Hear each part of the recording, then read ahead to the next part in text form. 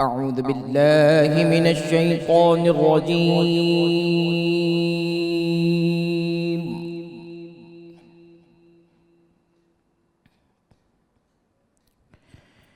بسم الله الرحمن الرحيم.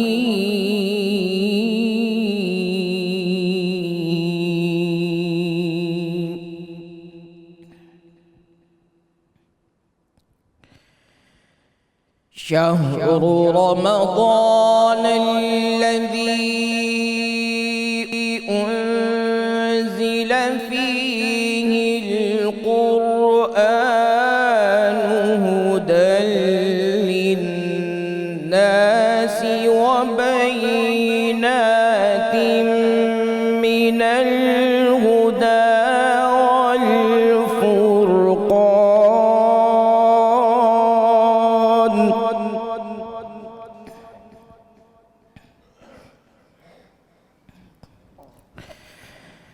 فمن شهد منكم الشهر فليصمه ومن كان مريضا أو على سفر فعدة من أيام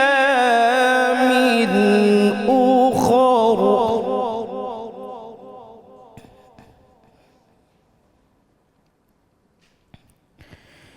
يريد الله بكم اليسر ولا يريد بكم العسر ولتكملوا العدة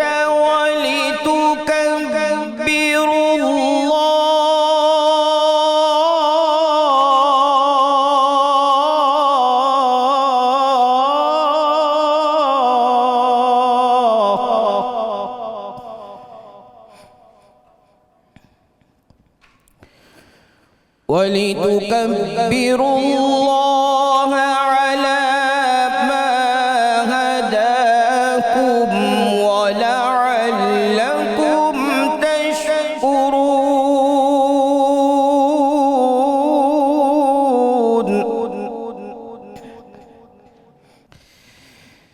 شهر رمضان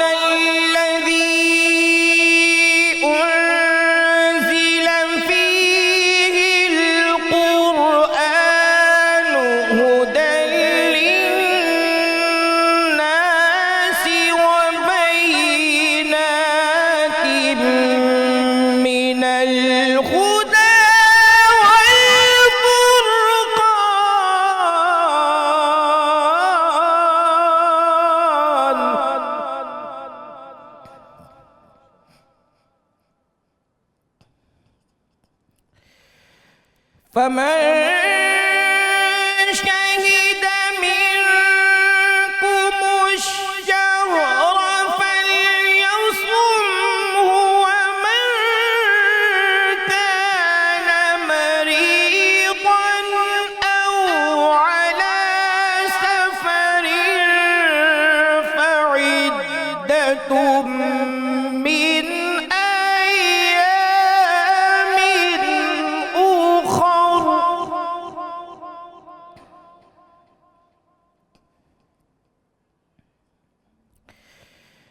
يريد الله بكم اليسر ولا يريد بكم العسر ولتكملوا العدة ولتكبروا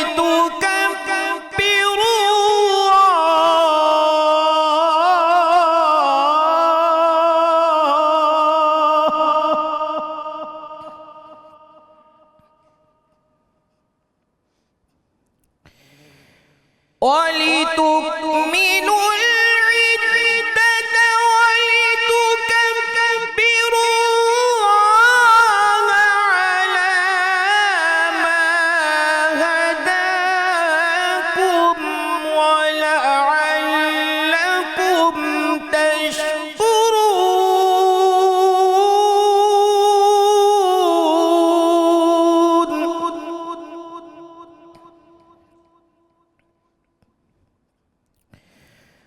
وَإِذَا سَأَلَكَ عِبَادِي عَنِّي فَإِنِّي قَرِيبٌ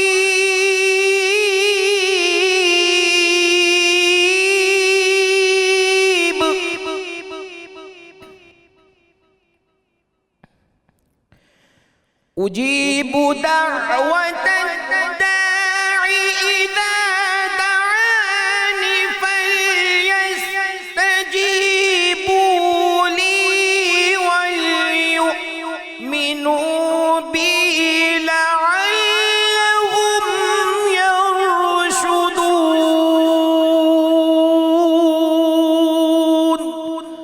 صدق الله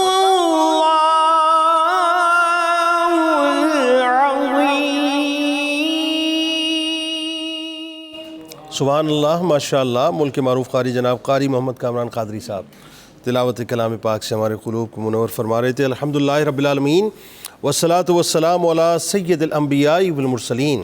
اللہم صلی علی سیدنا و مولانا محمد وعلی آلہ واصحابہ وبارک وسلم وصلی علیہ.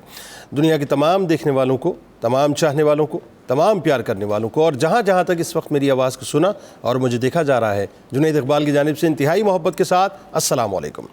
ایک بار پھر ناظرین، آپ کو 1445 ہجری سن 2024 رحمت رمضان کی خصوصی براہ راست نشریات میں 28ویں سحری کے موقع پہ میں دل کی عطا گہرائیوں سے خوش آمدید کہتا ہوں. ناظرین کرام، ہمارا رب بڑا کریم رب ہے، اور آپ دیکھیے کہ اس کی کریمی کس کس انداز سے اور کس کس رنگ میں ہمیں نظر آتی ہے جس کا ہم تصور کر ہی نہیں سکتے. پورا رمضان ہمیں عطا کیا. رمضان کے مہینوں میں مختلف عبادتوں کا ذوق ہمیں عطا کیا. مختلف عبادتوں کے ذریعے سے اللہ تبارک و تعالیٰ نے اپنا قرب عطا کیا، ہمارے لیے بخشش کے راستے کھولے، مغفرت کے راستے کھولے، ہمارے اوپر کرم کی برکھا کو برسایا، اور ہمیں ہر پل یہ احساس دلایا کہ اللہ کی رحمت کہیں بھی جو ہے ہم سے دور نہیں ہے. ہم جب چاہیں اللہ کی رحمت کو سمیٹ سکتے ہیں، اس کی رحمت کے سائے میں آ سکتے ہیں. یہ اس کا نظام ہے، اور بڑا حسین نظام ہے. ناظرین، آپ ایک بات دیکھیں، اللہ تعالیٰ نے جن لوگوں کو مال اور دولت عطا کی ہے، جن کے پاس ظاہر پیسہ ہے، جن کے اوپر اللہ تبارک و تعالیٰ نے اس بات کو فرض کیا ہے کہ وہ زکوٰۃ ادا کریں، یا یوں کہیے کہ مطلقاً اگر میں انفاق فی سبیل اللہ کی بات کروں، یعنی اللہ کی راہ میں مال خرچ کرنے کا جو تصور ہے، اس کو اگر میں ذہن میں رکھوں تو بہت واضح طور پہ بات سمجھ آتی ہے کہ اللہ تبارک و تعالیٰ نے ایک میکینزم بنا دیا، اور وہ اتنا حسین، اتنا خوبصورت میکینزم ہے کہ جس میں آپ غور کیجئے کہ اس نے پیسے کو صرف عمرہ تک اسٹک کر کے نہیں رکھا، بلکہ اس میں ان غریبوں کا بھی حصہ رکھا ہے جن کے پاس پیسہ نہیں، جن کے پاس مال نہیں ہے، جن کے پاس دولت نہیں ہے. اور اللہ تبارک و تعالیٰ نے وہ جو کشمکش ہوتی ہے، جسے آپ طبقاتی کشمکش کہتے ہیں، اس کشمکش کو بھی اس ڈسٹریبیوشن کے ذریعے سے ختم کر دیا ہے. یعنی اللہ یہ چاہتا ہی نہیں ہے کہ ایک گھر کے اندر انواع و اقسام کے کھانے موجود ہوں، انتہائی پر آسائش زندگی وہ گزارتے ہوں، انتہائی لگژریس قسم کا ان کا لائف اسٹائل ہو، اور دوسری طرف لوگ جو ہیں وہ کھانے پینے کو ترستے ہوں.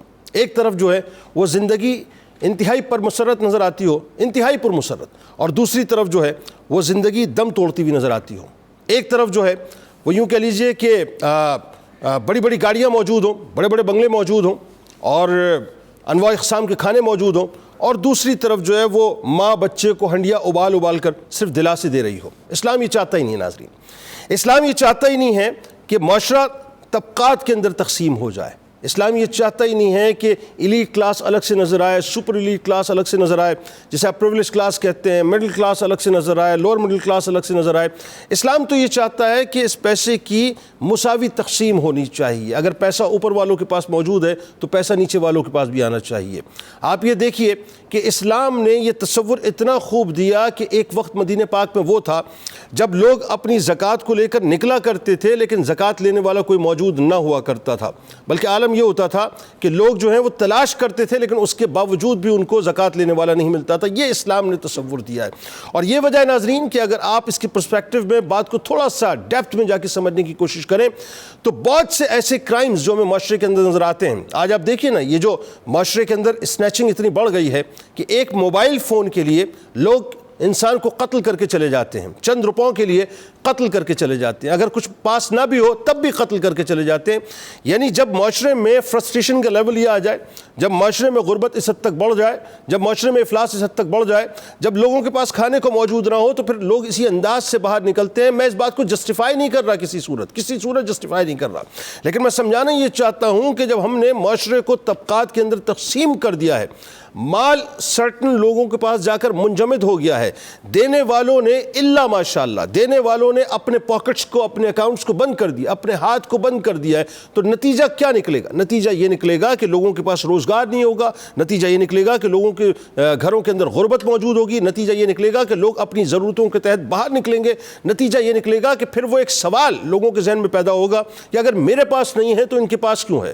میں اگر اس وقت زندگی جو ہے وہ زندگی کے انداز سے نہیں گزار پا رہا تو ان کے پاس ساری آسائشیں کیوں موجود ہیں؟ اگر میرے گھر میں میرا بچہ دودھ سے بلک رہا ہے، میرا بچہ اگر اس وقت دوائی کی وجہ سے پریشان ہے، یا میرے گھر کے اندر بیماریاں موجود ہیں لیکن میں اپنے بزرگوں کا، اپنے ماں باپ کا علاج نہیں کروا سکتا، تو پھر اس کو یہ معاملہ کیوں میسر آیا ہے؟ تو لوگ ایک دوسرے کا گریبان پکڑنا شروع ہو جاتے ہیں۔ اور خدا نہ خواستہ خاکم بدین ناظرین، جو صورتحال اس وقت ہوئی ہوئی ہے، خاص طور پر جو پاکستان کی بڑی سٹیز ہیں کہ جس میں روز آپ کو نظر آتا ہے کہ 5-7 لوگ جو ہیں صرف اس وجہ سے مارے جاتے ہیں کہ ان سے اسنیچرز آ کے موبائل چھیننے کی کوشش کرتے ہیں، پیسہ وصول کرنے کی کوشش کرتے ہیں، اور ڈکیتیوں میں، مختلف قسم کی وارداتوں میں ہمیں نظر آتا ہے کہ لوگ جو ہیں مارے جاتے ہیں۔ وجہ کیا؟ وجہ یہ ہے کہ ہم نے معاشرے کو انتہائی امبیلنس کر دیا ہے، ہم نے معاشرے کے توازن کو مکمل طور پر خراب کر دیا ہے، جبکہ اسلام یہ چاہتا ہے کہ آپ انفاق کے ذریعے سے جو مال اللہ تعالیٰ نے آپ کو دیا ہے اس مال کو آپ لوگوں تک پہنچائیں، اب چاہے وہ چیریٹی کی صورت میں پہنچائیں، چاہے آپ وہ زکوٰۃ کی صورت میں پہنچائیں، چاہے آپ وہ صدقہ فطر کی صورت میں پہنچائیں، لیکن پہنچائیں۔ مال آپ کے پاس منجمد نہیں ہونا چاہیے، اور یہی وجہ ہے ناظرین کہ اس کا ایک پہلو تو یہ ہے۔ دوسرا پہلو اس کا جو بڑا اہم ہے وہ یہ ہے کہ جب اس طرح سے معاشرے کے اندر پیسہ ڈسٹریبیوٹ ہوتا ہے، تقسیم ہوتا ہے، جب وہ سرکولیٹ کرتا ہے، تو معاشرے کے اندر ہیلدی ایکٹیویٹیز پیدا ہوتی ہیں۔ ہمارا اس وقت سب سے بڑا المیہ یہ ہو گیا ہے کہ ہم نے بنیادی طور پر جو اسلام کا معاشی نظام ہے اس کو فراموش کر کے رکھ دیا ہے۔ نتیجہ کیا نکلا ہے؟ نتیجہ یہ نکلا ہے کہ معاشرے کے اندر افلاس بڑھ گیا ہے، معاشرے کے اندر غربت بڑھ گئی ہے، معاشرے کے اندر مسائل بڑھ گئے ہیں، معاشرے کے اندر بے چینی بڑھ گئی ہے، معاشرے کے اندر وائلنس بڑھ گیا ہے، معاشرے کے اندر آپ کو کرائم ریٹ بڑھتا ہوا نظر آتا ہے، اور اس کی بنیادی وجوہات میں سے ایک بنیادی وجہ یہ ہے کہ اگین وہی بات کہ اسلام کے معاشی نظام کو ہم نے ایڈاپٹ نہیں کیا۔ پھر ظاہر ہے اس کے بعد آپ دیگر باتیں کر سکتے ہیں کہ قانون کا نافذ ہونا یا عدالت کا نافذ ہونا، یہ بالکل بات کے چیپٹرز ہے۔ پہلی بنیادی بات یہ ہے کہ معاشرے میں ہم نے عدم مساوات کی فضا کو اس حد تک قائم کر دیا ہے کہ اس کے نتیجے میں سارے شاخسانے ہمیں نظر آتے ہیں۔ اسلام نے بڑا واضح، بڑا کیٹیگوریکل اور بڑا ہی خوبصورت انداز ہمیں دیا ہے۔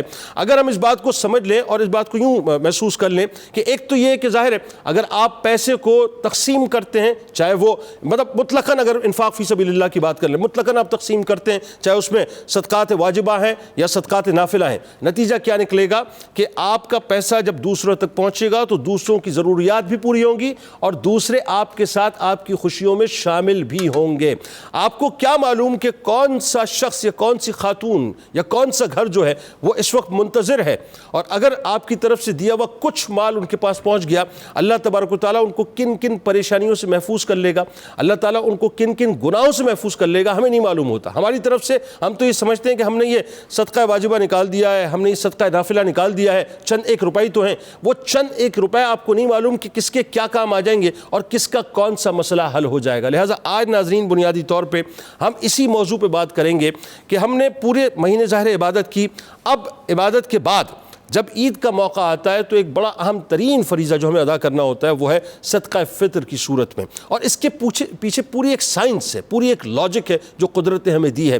اس لاجک کو سمجھیں گے، اس کے پیچھے اللہ تبارک و تعالیٰ نے ہمارے لیے کیا کیا انعامات رکھے ہیں، اور معاشرے میں توازن اس صدقہ فطر سے کس حد تک قائم ہو سکتا ہے، اس پہ گفتگو کریں گے۔ یعنی بات وہی ہے کہ ہم نے روزے رکھے، اگر خدا نخواستہ کسی نے روزے مس کیے ہیں یا دانستہ چھوڑے ہیں، غیر دانستہ چھوڑے ہیں، تو اس کا کفارہ فدیہ کیا بنتا ہے، صدقہ فطر کے جو احکام و مسائل ہیں اس پہ بنیادی طور پہ بات ہوگی، اور میں کوشش کروں گا کہ ابتدا ہی سے آپ کی کالز بھی شامل کروں تاکہ زیادہ سے زیادہ آپ کے سوالات لیں اور آپ کو اس کے جوابات دیں۔ ہمارے ساتھ جو شخصیات موجود ہیں وہ یقیناً کسی تعارف کے محتاج نہیں۔ پہلی شخصیت ممتاز عالم دین ہے، ہمارے بزرگ محترم جناب پروفیسر محمد سعید احمد خان صاحب تشریف فرما ہیں۔ دوسری شخصیت ممتاز عالم دین جناب علامہ محمد احمد برکاتی صاحب موجود ہیں، اور تیسری شخصیت ممتاز عالم دین جناب علامہ محمد اشفاق مدنی صاحب جو ماشاءاللہ ابھی مدینہ شریف سے تشریف لائے ہیں۔ اور میرے دائیں جانب آپ کے ہمارے ہم سب کے بہت ہی پسندیدہ پرنس آف قوالی جناب شیر میاداد خان صاحب اپنے ساتھیوں کے ساتھ موجود ہیں۔ تمام آپ کو خوش آمدید اور السلام علیکم۔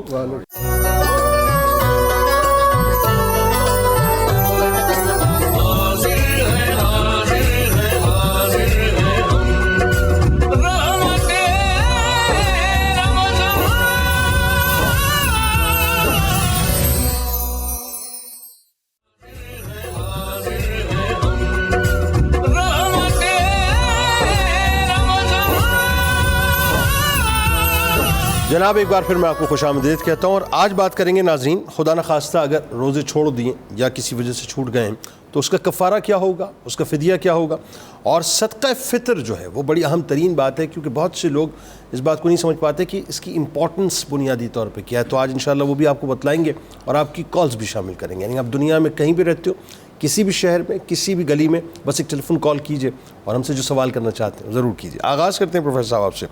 سب سے پہلے تو میرا خیال ہے ایک اوور ویو ذرا انفاق فی سبیل اللہ کا قرآن کی روشنی میں یہاں سے آغاز کیجئے ذرا۔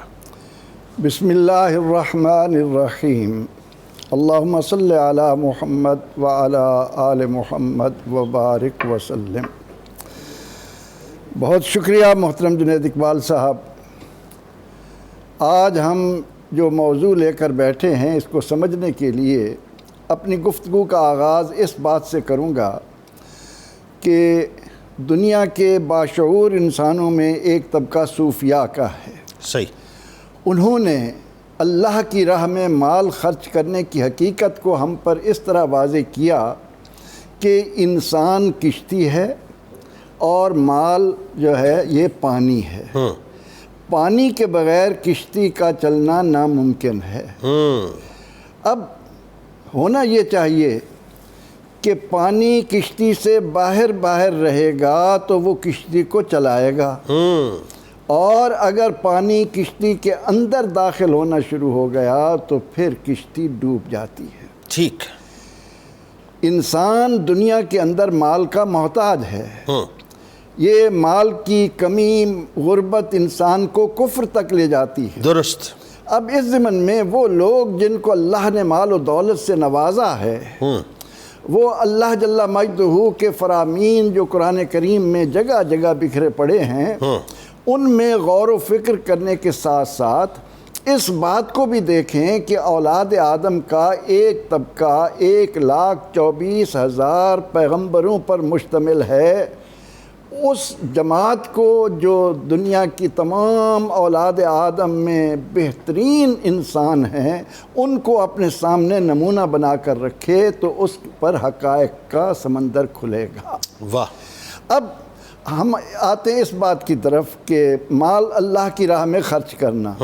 اس ضمن میں قرآن کریم کا پہلا حکم ناظرین و سامعین تک یہ پہنچاؤں گا کہ ہمارا خالق و مالک حکم دے رہا ہے کہ وَأَنفِقُوا مِن طَيِّبَاتِ مَا كَسَبْتُمْ، اور خرچ کرو اس مال میں سے جو تم نے کمایا، جناب، وَمِمَّا أَخْرَجْنَا لَكُم مِّنَ الْأَرْضِ، اور اس میں سے جو ہم نے تمہارے لیے زمین سے نکالا۔ سبحان اللہ۔ حکم دیا کہ خرچ کرو۔ واہ۔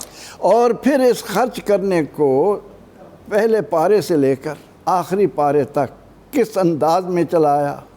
حکم دیا کہ متقی وہ لوگ ہیں مما رزقناہم ینفقون، سبحان اللہ، جو ہم نے انہیں دیا ہے، کیونکہ للہ خزائن السماوات والارض، زمین اور آسمان کے تمام خزانے اللہ کے تھے، اللہ کے ہیں، اللہ کے رہیں گے۔ دعویٰ کرنے والے تھوڑی تھوڑی دیر کے لیے آتے رہے اور خالی ہاتھ آتے رہے، خالی ہاتھ جاتے رہے۔ ٹھیک۔ فرمایا کہ ہمارے دیے ہوئے میں سے خرچ کرتے ہیں جن کو تقوی کے ساتھ تھوڑا مس ہوتا ہے۔ جناب، پھر اللہ رب العزت نے حکم دیا کہ لن تنالوا البر حتی تنفقوا مما تحبون. جناب جناب جناب اے اولاد آدم، اے اہل ایمان، خوب توجہ سے سن لیجئے کہ اگر نیکی پانے کی تمنا ہے تو اس کو پانے کے لیے پہلی شرط یہ ہے کہ تم اپنی محبوب ترین چیزیں اللہ کی راہ میں خرچ کرتے رہو. واہ. بار بار حکم دیا جا رہا ہے، اور انسان حیرت میں رہ جاتا ہے کہ جب ہمارا خالق و مالک یہ کہتا ہے کہ وَأَنفِقُوا فِي سَبِيلِ اللَّهِ وَلَا تُلْقُوا بِأَيْدِيكُمْ إِلَى التَّهْلُكَةِ. لوگو، اللہ کی راہ میں مال خرچ کرو اور اپنے آپ کو ہلاکت آفرینی سے بچا لو. یعنی کیا واضح حکم ہے کہ جو لوگ یہ سمجھتے ہیں کہ ہم نے اپنی محنت سے، تجارت کے ذریعے، زراعت کے ذریعے، کان کنی کے ذریعے، سروس کے ذریعے، ہنرمندی کے ذریعے ہم نے کمایا ہے، نہیں. اسے یاد رکھنا چاہیے کہ یہ سب کچھ اللہ کا عطا کردہ ہے. ایسا ہی موسموں کا موافق ہونا اس کے طرف سے، ایسا ہی سورج کی حرارت کا ملنا اس کی طرف سے، پانی کا نصیب ہونا اس کی طرف سے، بے شک ہوا اور آکسیجن کا ملنا اس کی طرف سے. تیرا کمال کیا ہے؟ اس لیے اللہ رب العزت نے فرمایا کہ انتم تزرعونہ ام نحن الزارعون. یہ کھیتی باڑی کرنے والے ذرا سوچیں تو صحیح کہ کیا وہ کاشت کر رہے ہیں یا ہم کاشت کر رہے ہیں. تو اللہ رب العزت نے حکم دیا کہ اللہ کی راہ میں خرچ کرو اور اپنے آپ کو ہلاکت سے بچا لو، ہلاکت میں مت ڈالو. جو سوسائٹی دولت کو گردش سے بچاتی ہے، جہاں ارتکاز آتا ہے، وہاں پر انسانی طبقات کا بننا، انسانوں کا مختلف گروہوں میں تقسیم ہوتے چلے جانا لازمی امر ہو جاتا ہے. اور پھر اس میں جو مالدار اپنا اللہ کا عطا کردہ مال اس کی ضرورت مندوں پر اس کے حکم کے مطابق خرچ نہیں کرتے، تو پھر اس طرح کی بات ہوتی ہے جس کا آپ نے اپنے پیارے ابتدائیہ میں لوگوں کو توجہ دلائی. پھر یہ ساری خرابیاں اس وقت وجود میں آتی ہیں. اسی لیے پروردگار عالمین نے قرآن کریم میں حکم دیا کہ وَأَنفِقُوا مما رزقناکم، ہمارے دیے ہوئے میں سے خرچ کرو، من قبل ان یاتی احدکم الموت، اس سے پہلے کہ تم میں سے کسی کو موت کا مرحلہ آ لے. اس سے پہلے دو، اس سے پہلے دو، کیونکہ وہ موت کے مرحلے کو دیکھ کر کہے گا کہ رب لولا اخرتنی الی اجل قریب، اے اللہ اگر تو مجھے تھوڑا سا موقع دیتا، اب نہیں ملے گا موقع، فاصدق، میں صدقہ کرتا، میں خیرات کرتا، وَأَكُن مِّنَ الصَّالِحِينَ، اور نیکوکاروں میں سے ہو جاتا. اس وقت اس پر حقیقت کھل رہی ہے کہ مجھے نیکوکار بننے کے لیے اپنے مال کو اپنی ذات کے لیے جمع کرنے کی بجائے اسے اللہ نے مجھے آزمائش کے لیے جن لوگوں میں رکھا ہے. اسی لیے آقا علیہ السلام نے فرمایا ما آمن بی من بات جارہ جائعا، جس کا پڑوسی رات کو بھوکا سو گیا وہ مجھ پر ایمان ہی نہیں لایا. رمضان المبارک آیا، اس کے آنے کے ساتھ ہی پیغمبر رحمت صلی اللہ علیہ وسلم نے روزے کے فضائل اور اجر کے ساتھ ساتھ اسے مواسات کا مہینہ قرار دیا. باہمی ہمدردی، اور وہ باہمی ہمدردی قرآن و سنت کی روشنی میں یہ ہے کہ اللہ کے دیے ہوئے مال کو ضرورت مندوں پر خرچ کیا جائے. اور پھر اس کا کتنا کرم ہے کہ وہ دے کر فرماتا ہے من ذا الذی یقرض اللہ قرضا حسنا، اللہ ہے کوئی جو اللہ کو قرض حسن دے؟ اے اللہ تو ہی تو دے رہا ہے. اور فرمایا کہ جو مجھے قرض دے گا فَيُضَاعِفَهُ لَهُ أَضْعَافًا كَثِيرًا، اللہ اکبر. اللہ قرض لے کر اتنا نہیں لوٹائے گا، اسے کئی گنا بڑھا کر انسان کو واپس کرے گا. اور اسی خرچ کے ضمن میں ایک ہی مثال کو عرض کر دوں، اور کہ مثل الذین ينفقون اموالهم فی سبیل اللہ کمثل حبۃ انبتت سبع سنابل فی کل سنبلۃ مئۃ حبۃ واللہ یضاعف لمن یشاء وہ کریم فرماتا ہے کہ جب تم میرا دیا ہوا مال میری راہ میں میرا حکم مان کر خرچ کرتے ہو تو اس خرچ کرنے کی مثال سن لو، اس دانے کی مانند ہے جسے زمین میں اگاؤ، پودے میں 7 بالیں نکلیں، ایک ایک بالی میں 100 دانہ ہو، ایک دانہ دیا ہوا تمہارا ایک دیے ہوئے کو 700 تک نہیں، اور وہ بھی اس سے زیادہ، واللہ یضاعف لمن یشاء، اللہ اسے بھی کئی گنا بڑھائے گا، واللہ واسع علیم، اللہ کے خزانے بڑے وسیع ہیں اور وہ ہماری نیتوں کو جانتا ہے۔ اس لیے رمضان المبارک آ کر ہمارے اندر یہ جذبہ پیدا کرتا ہے کہ ہم اس کے دیے ہوئے کو ضرورت مندوں پر خرچ کر کے اس مہینے کو مواسات کا، ہمدردی کا مہینہ بنا۔ بہت خوبصورت گفتگو پروفیسر صاحب آپ نے ابتدا میں فرمائی، اور دیکھیں کیسا کمال معاملہ ہے۔ علامہ صاحب کے مال بھی اسی کا ہے، دے بھی وہی رہا ہے، پھر وہ کہتا ہے مجھے قرض ایسا نہ دو، پھر وہ کہتا ہے کہ میں اس کو تجھے لوٹا کے دوں گا۔ کیا مطلب اس کی کریمی چاروں طرف جو ہے سوائے مطلب کرم کے اور کچھ نظر نہیں آتا۔ اچھا اب ذرا آئیے، چونکہ قرآن ایک ورڈکٹ آ گیا، احادیث مبارکہ تواتر سے موجود ہیں، اور یہ جو اللہ کی راہ میں مال خرچ کرنا چاہے اس میں صدقات واجبہ ہوں یا نافلہ ہوں، بہت ڈیٹیل کے ساتھ انفاق فی سبیل اللہ کی بات ہے، ذرا اس کے بارے میں بتلائیے۔ بسم اللہ الرحمن الرحیم۔ اسلام صرف چند بدنی عبادات کا مجموعہ نہیں ہے، بلکہ اسلام نے ہر جہت کے اندر دنیا میں رہتے ہوئے آخرت کی بہتری کا تصور عطا کیا۔ جناب، کفار مکہ کی خرابیوں میں سے ایک بہت بڑی خرابی یہ تھی کہ وہ مرنے کے بعد دوبارہ زندہ ہونے کے منکر تھے، تو اسی بات پر اگر ان کو یقین ہوتا تو شاید ان کا زاویہ فکر بدل جاتا، لیکن چونکہ وہ اس پہ یقین نہیں رکھتے تھے تو اسلام نے اپنے فالورز کو، اپنے مسلمانوں کو اس بات کا یقین دلایا ہے کہ یہ دنیا کا تعلق براہ راست تمہاری آخرت کے ساتھ ہے، اسی کے اندر رہتے ہوئے تم نے آخرت میں بہتری کرنی ہے۔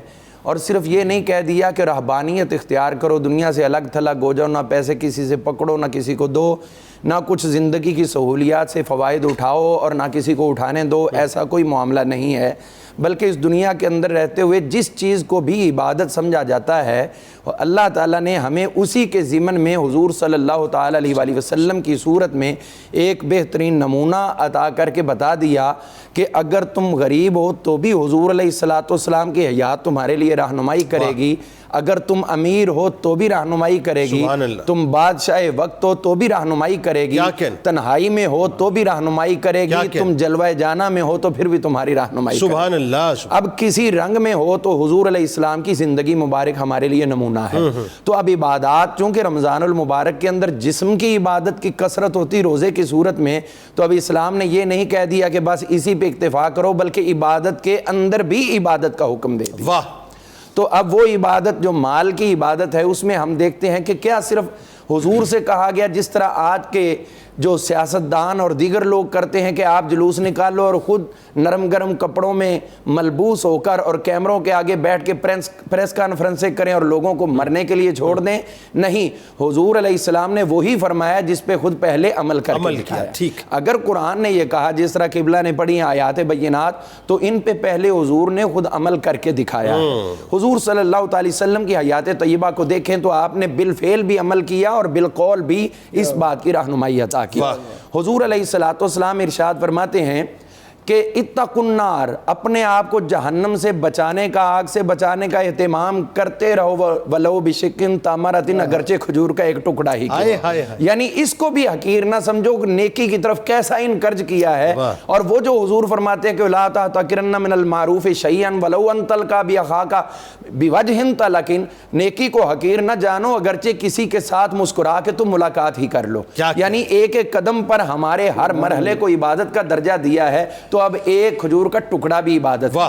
حضور علیہ السلام کی ذات والا تبار کو دیکھتے ہیں تو وہ مرحلہ جب حضور علیہ السلام اتنی عنایت کرتے ہیں، اتنا انفاق فی سبیل اللہ کرتے ہیں، اتنا فی سبیل اللہ کرتے ہیں کہ خود خالق کائنات ان کو یہ ارشاد فرماتا ہے، اے پیارے محبوب کریم صلی اللہ تعالی علیہ وسلم، اتنی تو سخاوت نہ کریں، ہم نے آپ کو اتنا بھی مکلف نہیں کیا کہ آپ کی حالت ولا تجعل یدک مغلولۃ الی عنقک، آپ کو اپنے دستے مبارک بھی گردن پر رکھنے پڑیں اور اپنے تن کے کپڑے بھی اتار کے قمیص مبارک بھی آپ تقسیم فرما رہے ہو۔ اور یہ وہی چیز ہے، حضرت بلال حبشی رضی اللہ عنہ حضور کی خدمت میں آئے تو ایک انہوں نے اپنا پکڑا ہوا تھا تھیلا، تو فرمایا بلال اس میں کیا ہے؟ ان کی نیت کوئی غلط نہیں تھی، انہوں نے کہا حضور یہ آپ کی خدمت کے لیے اور آپ کے پاس جو مہمان آتے ہیں ان کی خدمت کے لیے میں نے کھجوریں جمع کی ہیں۔ تو آپ فرماتے انفق یا بلال ولا تخش من ذی العرش اقلالا، بلال خرچ کرتے رہو، خرچ کرتے رہو، اور اس عرش والے کے ذریعے کسی بھی کمی کا تصور بھی ذہن میں نہ آنے پائے۔ جب بھی کوئی سائل آئے گا رب نے ہمیں پہلے دیا ہوگا، ہم اس کو عطا کرتے رہیں۔ اسی طرح آپ تقسیم فرما رہے ہیں، کرتے کرتے ایک شخصیت آپ کے پاس موجود تھے، انہوں نے دیکھا کہ حضور تو سب کچھ بانٹ رہے ہیں، تو انہوں نے کچھ اعتراض کیا، حضور ذرا ہاتھ ہلکا رکھیں، یعنی ان کو یہ تھا کہ کہیں پوری امت پر ہی ایسا عمل نہ آ جائے جس کو لوگ ادا نہ کر پائیں۔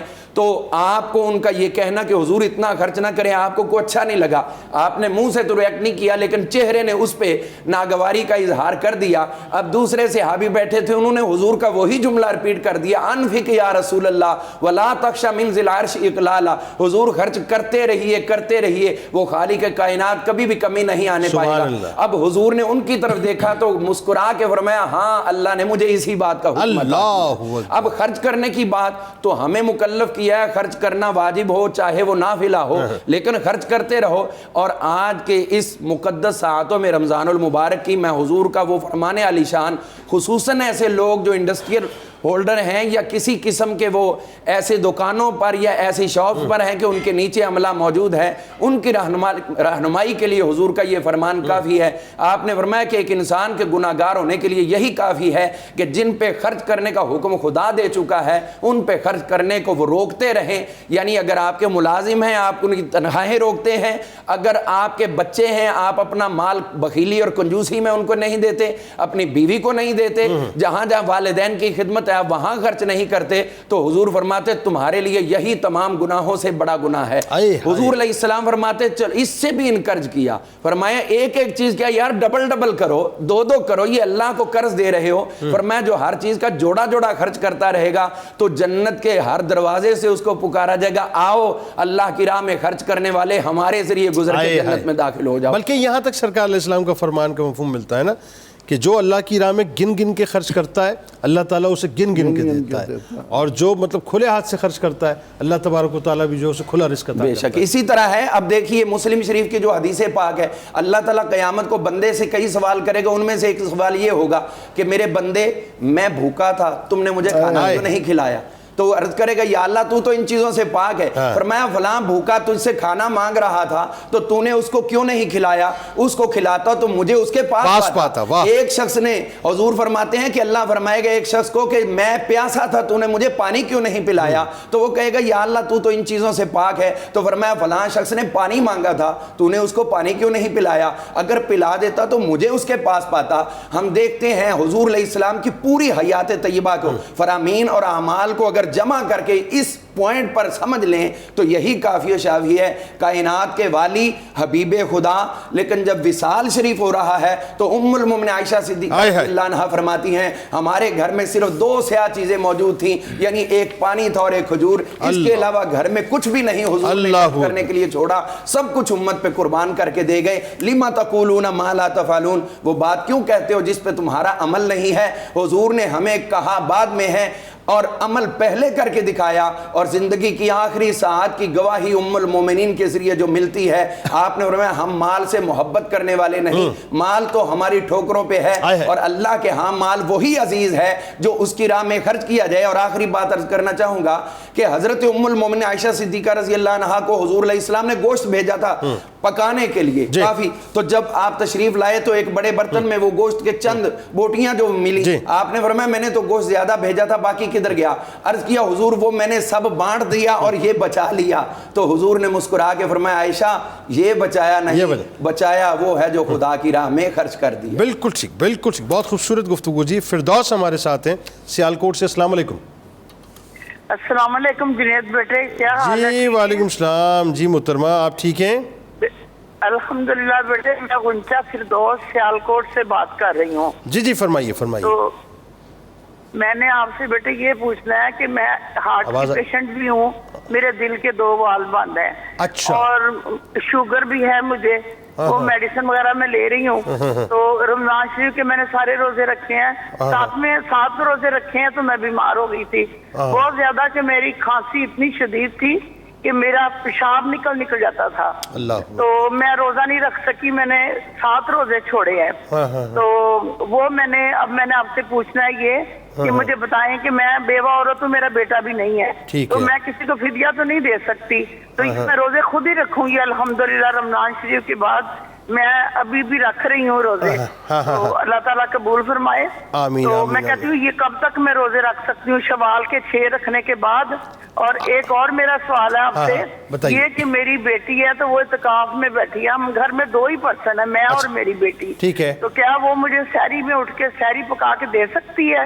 اور ہمارے گھر میں کوئی نہیں ہے, نہ ان کے ابو ہے نہ ان کا کوئی بھائی ہے. اچھا, بیٹی آپ کی اعتکاف میں ہے, وہ آپ کو سحری بنا کے دے سکتی ہے کہ نہیں؟ ٹھیک ہے, ٹیکنیکل بات ہے, بتاتے ہیں. بالکل, آپ کو بہت شکریہ, آپ نے ہمیں جوائن کیا. محمد حنیف صاحب پشاور سے, السلام علیکم. جی السلام علیکم جنید بھائی. وعلیکم السلام جناب, کیسے مزاج ہیں؟ جی شکر اللہ کا, آپ کی بھی مہربانی, اور حضرت صاحب کی سب کی پروگرام بڑا پیارا آپ کا چل رہا ہے. جی بہت شکریہ, بڑی مہربانی, آپ کا پیار. فرمائیے کیا پوچھنا چاہتے ہیں؟ میں یہ عرض کرنا چاہتا تھا کہ ایک تو انسان کہتا نیت, تو میں غریب آدمی ہوں, میرا بھی دل کرتا ہے خدا واسطے دوں یا کسی کے کام آؤں, اگر اللہ نے دیا ہی اتنا تو اس کا کیا مسئلہ ہے. دوسرا یہ کہ میرا ماں باپ چلا گیا دنیا سے, تقریباً 20 سال ہو گئے ہیں, تو ان کے لیے کون سی دعا کروں, ان کی قبر پہ جا کے یا مغفرت کے لیے؟ مہربانی. بالکل آپ کو بتلاتے ہیں, بہت شکریہ آپ نے ہمیں جوائن کیا. ایک میں بتاؤں آپ کو بات کہ بلکہ علماء اس پہ کلام کریں گے, مجھے یاد آ گیا. بنی اسرائیل میں ایک شخص تھا, تو وہ ایک ٹیلے کے پاس سے گزر رہا تھا, تو اچانک اس کے ذہن میں یہ خیال آیا کہ یا اللہ کاش اگر یہ ٹیلا گندم میں تبدیل ہو جائے یا آٹے میں, روایت میں اس طرح آتا ہے, تو میں یہ تیری راہ میں خرچ کروں گا تیرے بندوں پر. اس وقت کے نبی کو اللہ تعالیٰ نے وہی فرما دی کہ میرے اس بندے سے کہو کہ ہم نے اس کی نیت کا اس کو ثواب عطا کر دیا. تو جو بات آپ کر رہے تھے نا کہ میری نیت میں دینا چاہتا ہوں لیکن انتظام نہیں ہے کیونکہ ظاہر غربت ہے, تو نیتوں کا تو اللہ تعالیٰ دیتا ہے, باقی اس پہ گفتگو کرتے ہیں. محمد سجاد گل صاحب ہمارے ساتھ ٹوبا ٹیک سنگھ سے, السلام علیکم. السلام علیکم ورحمۃ اللہ وبرکاتہ. جی وعلیکم السلام ورحمۃ اللہ وبرکاتہ. جناب سر چھوٹا سا سوال ہے کہ فطرانہ جو ہے وہ کس صورت میں واجب ہوتا ہے؟ کہ میں بہت مقروض ہوں, بہت زیادہ مقروض ہوں, لیکن کبھی زندگی میں روزہ نہیں چھوڑا. اچھا, اس پر تھوڑی سی روشنی ڈال دیں, فطرانہ مجھ پہ فرض ہے یا نہیں ہے؟ اچھا, آپ کی فیملی ممبرس کتنے ہیں گھر میں؟ میرے ٹوٹل 4 ہیں سر. 4 ہیں, اور آپ بیسکلی گھر کے سارا انتظام آپ کر رہے ہوتے ہیں؟ ہاں, سارا انتظام میرے ذمہ ہے سر. آپ کے ذمہ, بالکل آپ کو بتلاتے ہیں. بہت شکریہ آپ نے ہمیں جوائن کیا. پہلے تو خاتون یہ پوچھتی ہیں کہ 7 روزے غالباً ان کے جو ہے وہ بیماری کی وجہ سے, کیونکہ بیماری شدید ہے تو وہ رہ گئے, بیوہ ہیں اور کچھ دینے کو نہیں, تو کیا خود روزے رکھ کے اس کو اکوموڈیٹ کریں, کیا کریں بتائیے؟ بسم اللہ الرحمن الرحیم. جب مریض اپنی مرض کی وجہ سے روزے چھوڑتا ہے اور مرض سے شفا کا یقین ہو, امید ہو اور افاقہ بھی ہو جائے, جیسا کہ یہ خود فرما رہی ہیں کہ کبھی یہ ٹھیک بھی ہو جاتی ہیں, تو ٹھیک ہونے کی صورت میں وہ اپنے روزوں کی قضا کریں گی, اپنے روزے خود رکھیں گی. انہوں نے ایک اور بات بھی کہی کہ شوال کے روزوں کے بعد میں یہ روزے رکھوں, تو ان کے لیے یہ ہے کہ وہ شوال کے روزے ہی جو ہے نا اس میں یہ قضا کی نیت سے روزے رکھیں, اضافے میں بعد میں اگر اللہ تعالیٰ توفیق دے تو پھر اور رکھ لیں. شوال 30 دنوں کا ہے تو اس میں مزید رکھنے ہو تو بعد میں رکھیں, پہلے یہ اپنے قضا روزوں کو رکھ لیں, 7 روزوں کو, اگر اللہ تعالیٰ ان کو صحت دے. نہیں مطلب کیا شوال کے روزوں میں اس کی نیت کر سکتی ہیں کیا؟ شوال کے روزے ہیں وہ نفل روزے ہیں, ان کو بعد میں رکھنا چاہیں تو رکھیں, پہلے قضا کی نیت سے قضا روزے رکھیں. اوکے ٹھیک ہے, یعنی وہ الگ رکھ لیں اور یہ الگ ادا کریں. ہاں, وہ بعد میں رکھنا چاہیں تو رکھیں. دوسری بات, بیٹی اعتکاف میں ہے وہ کیا ان کو سرو کر سکتی ہے؟ اعتکاف میں ہے, کوئی بھی خاتون اعتکاف میں ہے, جیسا کہ یہ بتا رہی ہیں کہ ان کے علاوہ کوئی گھر میں اور فرد ہی نہیں ہے, تو وہ اپنی سحر افطار کا انتظام کر سکتی ہیں, اور سحر افطار کا انتظام کرنے کے فوراً بعد اپنے اعتکاف کی جگہ پر جا کے ان کو بھی سرو کر سکتی ہیں اپنی ماں کو. ظاہر سی بات ہے, ان کے ذمے ان کے معاملات ہیں, تو اللہ تبارک و تعالیٰ کسی کو بھی اس کی طاقت سے زیادہ مکلف نہیں کرتا, یہ قرآن مجید کا واضح حکم ہے. بالکل ٹھیک ہے. ماں باپ چلے گئے دنیا سے تو ان کے لیے کیا پڑھا جائے؟ ماں باپ چلے گئے ہیں تو سب سے بڑی بات تو یہ ہے کہ اولاد کا ہر عمل ہی ماں باپ کے لیے اصال ہوتا ہے. بیٹا جو بھی نیکی کرے تو اس کا جو ثواب ہے اس کے والدین کو پہنچتا ہے. بہترین طریقہ کار یہ کہ والدین کے لیے صدقہ جاریہ کے اعمال کیے جائیں, غریبوں کی مدد کی جائے, یہ بھی ایک دعا ہوتی ہے ماں باپ کے لیے. اور اس کے علاوہ نماز 5 وقت کی پڑھی جائے تو ہر نماز میں, ہر اتحیات میں آپ اپنے ماں باپ کے لیے دعا تو کر ہی رہے ہوتے ہیں, تو کثرت سے آپ نوافل پڑھیں, نماز پڑھیں, اور وہ خود بخود آپ کے والدین کی روح کو اس کا ثواب بھی پہنچتا رہے گا اور ان کے لیے دعا بھی ہوتی رہے گی. بالکل ٹھیک ہے. اور یہ بتائیے کہ اللہ کی راہ میں خرچ کرنے کی نیت ہے لیکن مال نہیں ہے تو کیا کیا جائے؟ یہاں یہ بات یاد رکھیں, اللہ رب العالمین کثرت اور قلت کو نہیں دیکھتا ہے, وہ نیتوں کو دیکھتا ہے. آپ کے پاس جیسے قبلہ نے فرمایا کہ ایک کھجور ہے تو وہ اللہ کی راہ میں دے دیں. جب غزوہ تبوک کے موقع پر لوگوں نے بہت مال اللہ کی بارگاہ میں پیش کیا, رسول اللہ صلی اللہ علیہ وآلہ وسلم کی بارگاہ میں ڈھیر لگا ہوا تھا مال کا, اور ایک صحابی جو ہے وہ تھوڑی سی کھجوریں لے کر آئے اور حضور فخر عالم جانے کائنات صلی اللہ علیہ وآلہ وسلم کے حضور پیش کر دیں اور کہا کہ میرے پاس صرف یہ مٹھی بھر کھجوریں تھی سرکار, اور کچھ نہیں تھا. تو آپ نے وہ کھجوریں پکڑی اور مال کی ڈھیری کے اوپر لا کے رکھ دی اور کہا کہ تمہاری نیت اچھی ہے. اگر بالکل ایک کھجور بھی دینے کو نہیں ہے تو پھر لوگوں کو مسکراہٹیں بکھیرا کریں, خوشیاں دیا کریں, یہ خوشی دینا بھی صدقہ ہے. بالکل. اور فائنلی سے مختصر پھر میں ڈیٹیل آپ سے بات کرتا ہوں کہ پیسے نہیں ہیں فطرانہ دینے کے اور مقروض ہیں, تو کیا کیا جائے؟ جی, فطرہ جو ہے یہ فطرانہ اس کے ذمہ ہوتا ہے جو مالک نصاب ہوتا ہے, یعنی جس کے پاس اتنا اثاثہ ہو ضروریات کے علاوہ جو 52.5 تولے چاندی کے رقم کو پہنچے تو اس کے ذمہ جو ہے وہ فطرہ واجب ہوتا ہے. بالکل ٹھیک ہے. ناظرین آپ جانتے ہیں کہ آج کل ظاہر ہر جگہ وہی سیم پرانی آفر ہے, اور آفرز آپ کو بڑی بڑی نظر آتی ہیں, لیکن لپٹن آپ کے لیے لایا ہے کچھ خاص, اور یہ خوبصورت اسپیشل ایڈیشن ہے جار آف جوائے کی صورت میں.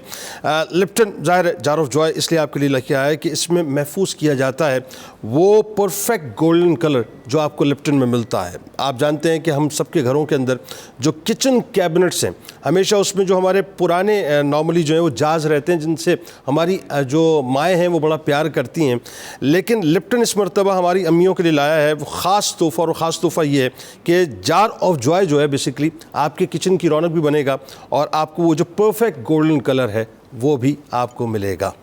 تو ہمارے ساتھ آپ جڑے رہیے. ناظرین ایک مختصر سا وقفہ ہے, لوٹ کے سلسلے کو یہیں سے علامہ صاحب سے جوڑتے ہیں کہ یہ جو صدقہ فطر ہے بنیادی طور پہ یہ کیوں ہمیں دینا ہے, اس کے ذریعے مسلمان کو فائدہ کیا پہنچتا ہے, اور نہ دیا جائے خدا نخواستہ تو اس کا نقصان کیا ہوگا. آپ کی کالز بھی شامل کریں گے.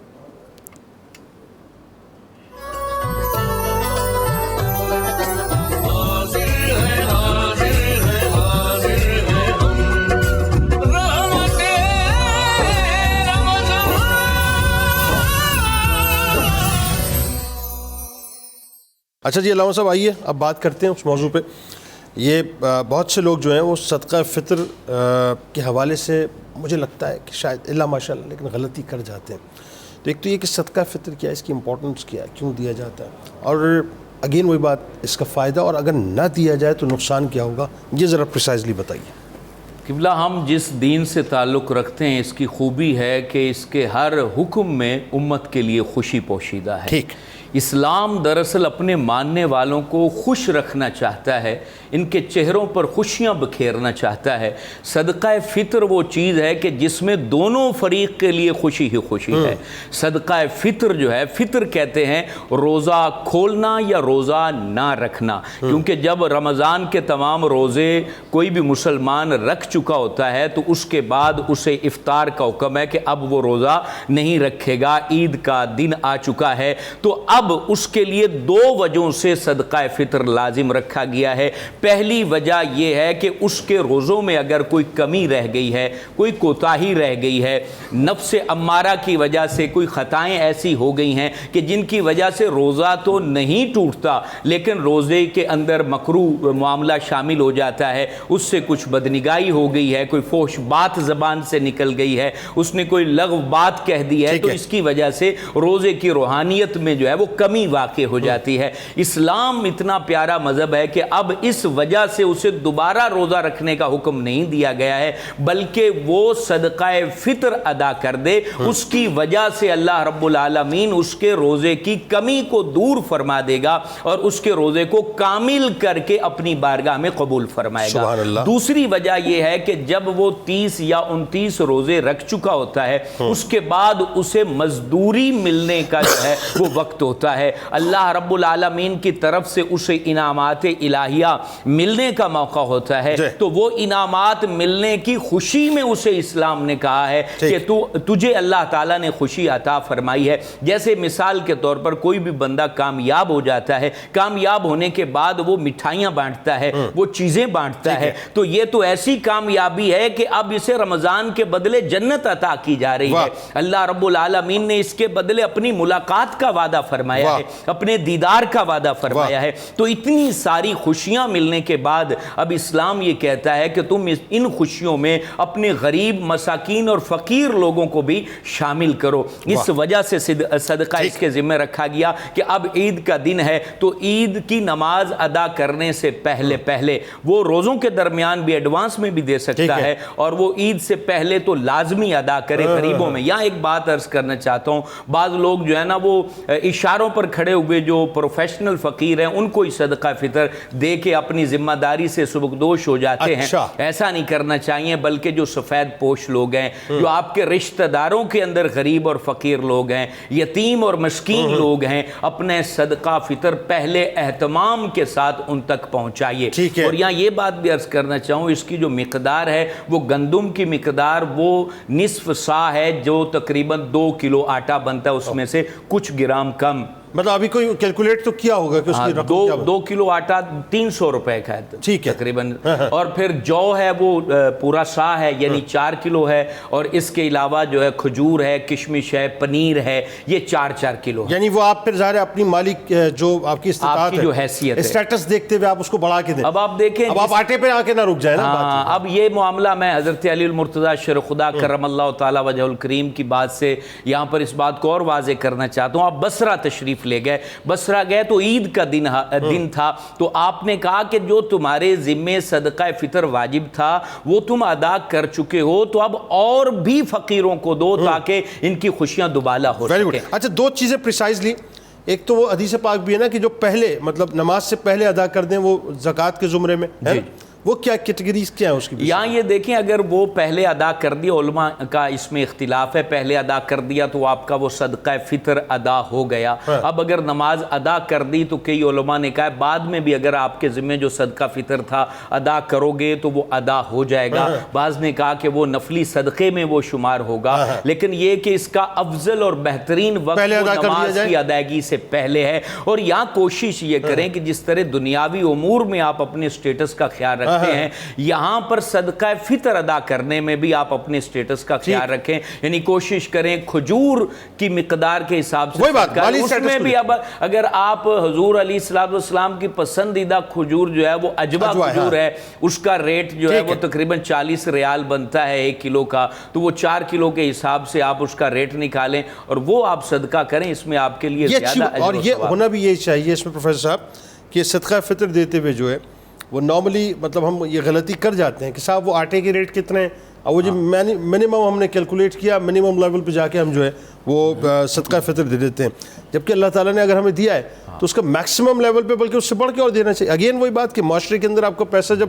جائے گا، غریبوں کے پاس جائے گا، تو ان کے لیے آسانیاں پیدا ہوں گی۔ 2 باتیں اس میں بتائیے، پہلے تو پریسائزلی ذرا ہی بتا دیجئے، جو نہ دینے والا ہے اس کو کیا نقصان ہے، کیا اس کا روزہ مطلب قبول ہو جاتا ہے؟ صدقہ فطر کے ضمن میں رسول خدا صلی اللہ علیہ وسلم کا ارشاد ہے کہ جب تک فدیہ یہ صدقہ فطر ادا نہ کیا جائے، روزے زمین اور آسمان کے درمیان معلق رہتے ہیں۔ اللہ، اس لیے بہتر تو یہ ہے کہ ہم ان کو بھی اپنی خوشیوں میں شامل کرنے کے لیے مناسب اوقات میں ان کے حوالے کریں تاکہ وہ بھی کپڑے لے سکیں، اپنے بچوں کے لیے ضرورتیں پوری کر سکیں۔ لیکن اگر اس وقت نہیں دیا گیا تو جب تک صدقہ فطر ادا نہیں کیا جائے گا، یہ واجبہ ہے اس وقت تک وہ ان کے ذمہ رہے گا، انہیں صدقہ فطر ادا کرنا پڑے گا۔ بالکل ٹھیک ہے۔ اچھا یہ ذرا ساتھ ساتھ بتا دیجئے، اب صدقہ فطر ایک تو ظاہر ہے جس نے ادا کیا اس کو تو اس کے بینیفٹس ہیں کہ اس کا روزہ بھی قبول ہو گیا انشاءاللہ، اور جتنی بھی لغو باتیں تھیں ظاہر ہے اس کا بھی تدارک ہو گیا، سب کچھ ہو گیا، تو اس کا معاشرے پہ جو امپیکٹ ہے سماجی حوالے سے، معاشرتی حوالے سے، وہ بھی ذرا بتائیے۔ اسلام باہمی ہمدردی اور باہمی محبت کو اولیت دیتا ہے، اس لیے اللہ کے نبی علیہ السلام نے فرمایا، حدیث قدسی کے الفاظ ہیں کہ جب تک کوئی بندہ اپنے بندے کی ضرورت پوری کرنے میں لگا رہتا ہے، اللہ اس کی حاجت، اس کی ضرورت پوری کرنے میں لگا رہتا ہے۔ تو جب انسان اپنے بھائیوں کو اس حال میں دیکھتا ہے، اور یہ آج تو مہنگائی کا جو عالم ہے اس میں تصور یہ ہے کہ نامعلوم کتنے لوگ ہوں گے جن کے بچے دسترخوان پر بیٹھ کر صرف پانی کا گھونٹ پی سکتے ہوں گے، ان کو حالات ہی ایسے ہیں۔ تو ان حالات میں صدقہ فطر، اور جس طرح آپ نے کہا کہ وہ ضروری نہیں ہے کہ ہم اسی فدیے تک رہیں جو ایک صدقہ فطر ہے، بلکہ جس قدر بھی ہو سکے میکسیمم لیول پہ میکسیمم لیول پر ان لوگوں کی مثالیں سامنے رکھیں اہل بیت اطہار کی، کہ یطعمون الطعام علی حبہ مسکینا و یتیما و اسیرا۔ تو سماجی طور پر انسانوں کے اندر ایک خوشی کی لہر دوڑتی ہے کہ ہم تنہا نہیں ہیں، ہمارے اندر ایک نسبت ہے، ہم آپس میں جڑے ہوئے ہیں۔ حضور علیہ الصلوۃ والتسلیم نے المومن للمومن کالبنیان، کہ مومن کے لیے ایک عمارت کی مانند ہے، یشد بعضہ بعضا، جس طرح ایک اینٹ دوسری اینٹ کی تقویت کا باعث بنتی ہے۔ مسلم معاشرے کا ہر فرد اس ٹوہ میں لگا رہتا ہے کہ میں اپنے بھائی کے کس طرح کام آ سکتا ہوں۔ تو سماجی طور پر یہ صدقہ فطر جو ہے معاشرے کے اندر خوشیاں بھی دیتا ہے اور میرے لیے گناہوں کی معافی کا ذریعہ بھی بنتا ہے۔ بالکل ٹھیک، بلکہ بہت اچھی آپ نے بات کی کہ ہمیں ناظرین بیفور ٹائم صدقہ فطر کیوں نہیں نکال دینا چاہیے؟ کیا مطلب ضروری ہے کہ ہم جب ہم عید الفطر کے لیے نکلیں اور نماز عید الفطر کی ادائیگی کے لیے تو اس سے پہلے کوشش کر کے کسی باکس میں ڈالیں، اس سے پہلے کیوں اس کا اہتمام نہ کریں؟ یہ سوچیں نا کہ وہ پیسہ تو ظاہر ہے ویسے بھی یوٹیلائز ہوگا ان کے پاس، لیکن بات یہ کہ اگر بیفور ٹائم جائے گا تو عید کی تھوڑی بہت خوشیاں جو ہیں وہ بھی آپ کے ساتھ منا لیں گے، انجوائے کر لیں گے، تو کتنا اچھا ہوگا۔ ایک کالر محمد شہزاد صاحب ہمارے ساتھ ہیں شفاپورہ سے۔ السلام علیکم۔ وعلیکم السلام، کیا حال ہے بھائی جان؟ اللہ کا شکر ہے جناب، آپ ٹھیک ہیں؟ ٹیلی ویژن کی آواز کو بند کر دیجئے۔ بند کر دیے جناب۔ سر سوال یہ ہے میرا کہ میں نے روزے بھی رکھے ہوئے ہیں، میرے گھر والے نے بھی رکھے ہوئے ہیں، تو میں مقروض ہوں، تو میرے اوپر بھی صدقہ فطر ہے بچوں کا؟ آپ مقروض ہیں، بالکل آپ کو بتلاتے ہیں۔ بہت شکریہ آپ نے ہمیں جوائن کیا۔ اکبر بٹ صاحب گجرات سے، السلام علیکم۔ السلام علیکم جنید بھائی۔ وعلیکم السلام جناب، کیا حال ہے؟ آپ ٹھیک ہیں؟ الحمدللہ جناب، آپ بتائیے۔ میں آپ کا روزانہ آپ کا پروگرام دیکھتا ہوں۔ بہت شکریہ۔ میرے دونوں بیٹے جو ہے نا حافظ قرآن ہیں ماشاءاللہ ماشاءاللہ ماشاءاللہ۔ اور میرا بیٹا جو ہے نا جب میں نے 8ویں کلاس کے بعد اس نے حافظ قرآن حفظ کر لیا تھا، ماشاءاللہ۔ اس کے بعد دوسرے بیٹے نے بھی کر لیا تھا، ابھی دونوں باہر ادھر نہیں ہیں، ایک کینیڈا ایک اٹلی ہے۔ اچھا ماشاءاللہ۔ تو وہ اذان وغیرہ دیتا تھا میرا بیٹا، بہت اچھی۔ اچھا ماشاءاللہ۔ ابھی میں بھی اذان دیتا ہوں مسجد میں نا، ماشاءاللہ۔ میں نے داڑھی بھی رکھی میں نے، ماشاءاللہ۔ تو اذان پہلے میں دیتا رہا ہوں، کافی دیر میں دیتا رہا ہوں، پھر ہم نے وہ دوسرا ایک اور علماء صاحب آئے، امام صاحب، تو وہ مجھے کہتے ہیں کہ آپ اذان دیتے ہیں، آپ نے داڑھی نہیں رکھی تو آپ اذان نہ دیں۔ تو میں اس کے بارے میں آپ سے پوچھنا چاہتا ہوں، کیونکہ میں آپ سے جو بھی میں دیکھتا ہوں مجھے بڑا مزہ آتا ہے پروگرام آپ کا، تو میں نے بولا کہ جنید بھائی جی بڑی مہربانی، آپ کو ابھی بتلاتے ہیں۔ بہت شکریہ آپ نے ہمیں جوائن کیا ہے۔ اور نور فاطمہ صاحبہ بہاولپور سے، السلام علیکم۔ وعلیکم السلام۔ جی محترمہ۔ جی میرا سوال ہے کہ میرے ابو نا کاروبار کرتے ہیں، 18 سال پیسے جیسے زکوٰۃ ہوتی ہے تو وہ اکٹھے نہیں رہتے۔ نہیں ایک منٹ، آپ کے ابو کاروبار کرتے ہیں، اس کے بعد کیا بتایا آپ نے؟ جی تو وہ پیسے جیسے زکوٰۃ پیسے سارا سال رکھے تو ان پہ واجب ہوتی ہے، تو وہ بتائیں کہ پھر وہ کیسے نکالیں ہم زکوٰۃ؟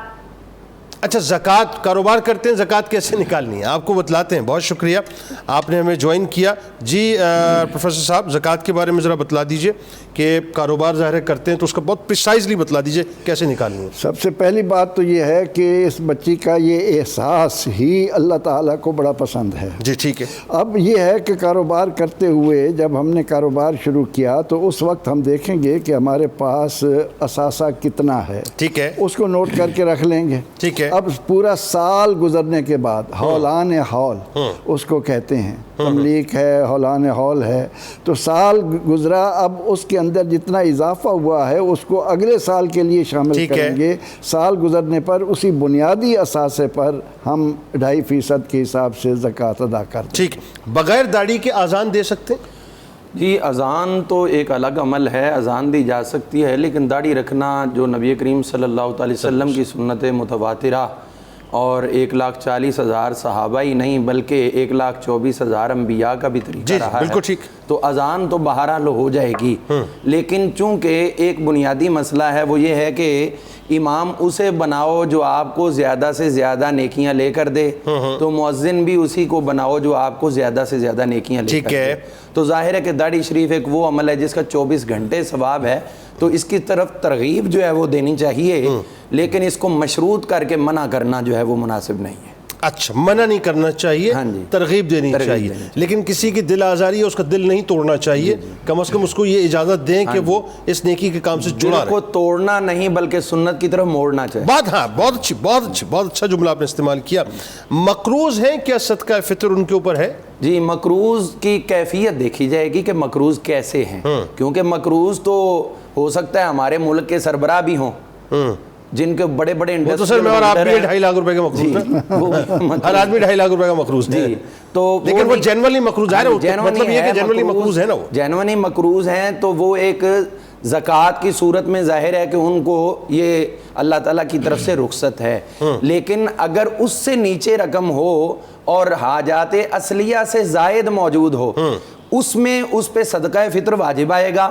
کیوں؟ اس لیے کہ جو غلام ہوتا ہے اس پہ وہ اپنے مال کا مالک نہیں ہوتا اور اس پہ زکوٰۃ فرض نہیں ہوتی، لیکن مسلم شریف کے حدیث کے مطابق اس پہ صدقہ فطر جو ہے وہ واجب ہوتا ہے. تو اسی طرح جو جتنے بھی ان کے زیر تحت لوگ آتے ہیں ان پہ بنیادی طور پر جس طرح چھوٹا بچہ ہے یا مہمان ہے، ان کے اوپر براہ راست اس طرح اگر نہیں بنتی تو پھر جو ان کا سربراہ ہے وہ ان کی طرف سے ادا کر سکتا ہے، جس کے پاس یہ گیسٹ گئے ہیں وہ ان کی طرف سے ادا کر سکتا ہے. تو بنیادی طور پر یہ مسئلہ ذہن میں رکھا جائے کہ حاجت اصلیہ سے اگر زائد موجود ہے، اگرچہ وہ مقروض ہے، تو بھی اس کو صدقہ فطر ادا کرنا چاہیے، چونکہ اس کی حاجات اصلیہ پوری ہیں. اب اوپر والی جو ڈسٹینس ہے زکوٰۃ تک پہنچنے میں وہ تو ہزاروں لاکھوں میں ہے، لیکن اگر آپ کے پاس 2,000 روپیہ بھی ہے تو اس میں بھی آپ کو صدقہ فطر ادا کرنا چاہیے. ٹھیک ہے. اچھا، 2 کنڈیشنز ہیں اسلام نے بتلائیں، اور ظاہر یہ اللہ کی راہ میں جو خرچ کرنے کا معاملہ ہے جسے آپ انفاق کہتے ہیں. ایک یہ کہ وہ واجب کی صورت جس میں ظاہر زکوٰۃ وغیرہ آ جاتی ہے، اور ایک نافلہ ہے جس میں چیریٹی وغیرہ، صدقات وغیرہ دیگر. تو ایکچوئل جو اسلام اس میں ہمیں کیا درس دیتا ہے کہ ہم زکوٰۃ بھی دیں، چیریٹی بھی دیں، صدقات بھی کریں؟ بتائیے ذرا اس بارے میں. دیکھیے جنید صاحب، اس میں 2 چیزوں کو ہمیں ملحوظ خاطر رکھ کے چلنا چاہیے. ٹھیک ہے. ایک چیز تو ہماری بالکل ختم ہو چکی ہے، اور وہ یہ کہ یہ بنیادی طور پر یہ غرباء، فقراء، مساکین، ان کو جو ہے وہ ایک دھارے میں لا کر باعزت مقام پہ کھڑا کرنا یہ خود حکومت وقت کی ذمہ داری ہوتی ہے. لیکن حکومت وقت اپنی اس ذمہ داری سے پہلو تہی کرتی ہے، اور جس میں نام زیادہ نکلے کام کم ہو اس کی طرف توجہ زیادہ دی جاتی ہے. لیکن دوسرا جو اسلام نے صرف ان کے ساتھ مشروط نہیں رکھا، وہ افراد کو افراد کے ذریعے ایک دوسرے کو مدد فراہم کر کے ان کو معاشرے میں باعزت مقام دینا ہے.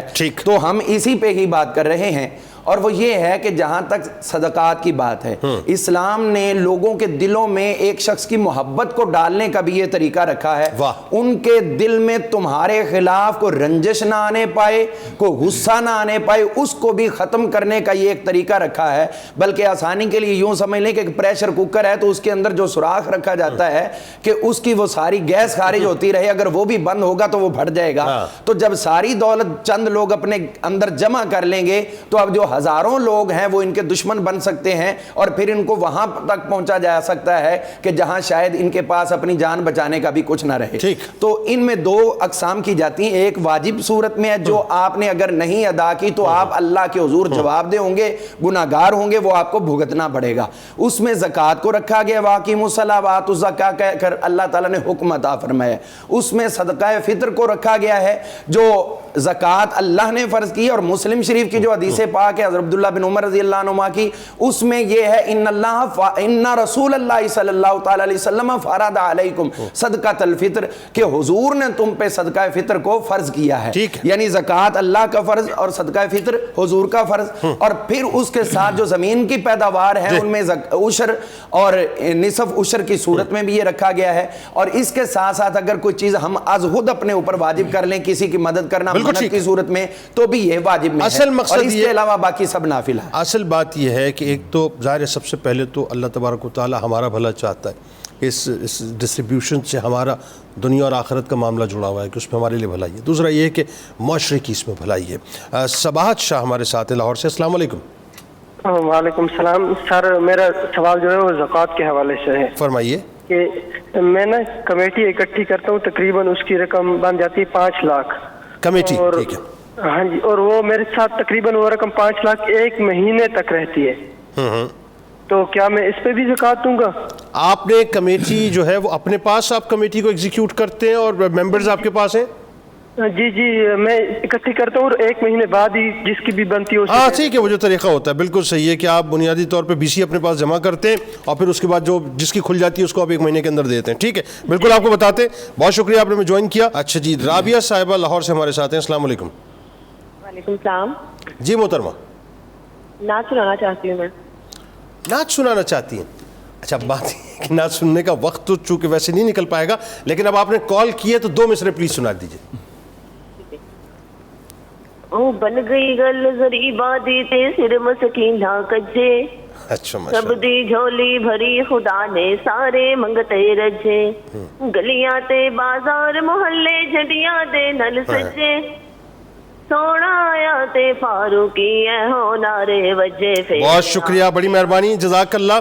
مختصر سا وقفہ ناظرین لیتے ہیں. درود پاک سرکار کی بارگاہ میں, ان کی حال کی بارگاہ میں پیش کیجئے. لوٹ کے سلسلے کو انشاءاللہ یہیں سے جوڑتے ہیں.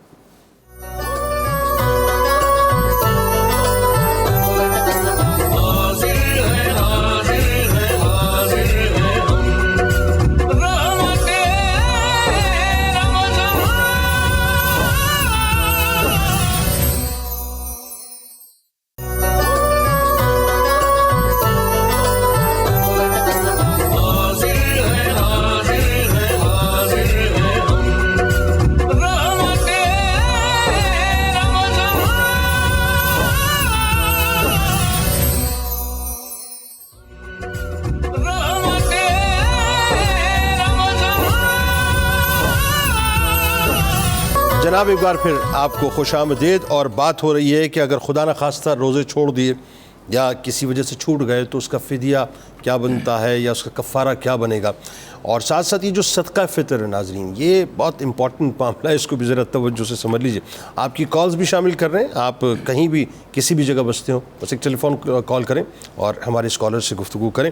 اچھا, اب ایک سوال آیا, انٹرسٹنگ سوال ہے کہ BC بیسکلی بہت سے لوگ مینیج کرتے ہیں نا, تو وہ کمیٹی ان کے پاس لوگ جمع کرا دیتے ہیں تو تقریباً 1 مہینے تک ان کے پاس رہتی ہے, تو کیا اس پہ زکوٰۃ آئے گی؟ دیکھیں بیسی میں 2-3 مسائل ہیں جو سمجھ لینے چاہیے. پہلا مسئلہ تو یہ کہ ایک وہ شخص جو کمیٹی کو اکٹھے کر رہا ہوتا ہے اس کے پاس جتنی کمیٹی آتی ہے اس کے حصے کے علاوہ باقی ساری کمیٹی جو ہے اس کے پاس امانت ہوتی ہے, جس کی وہ بیسی نکلنی ہے اس کو وہ امانت اس نے پیش کر دینی ہے, اس کے اوپر اس پر زکوٰۃ نہیں ہے.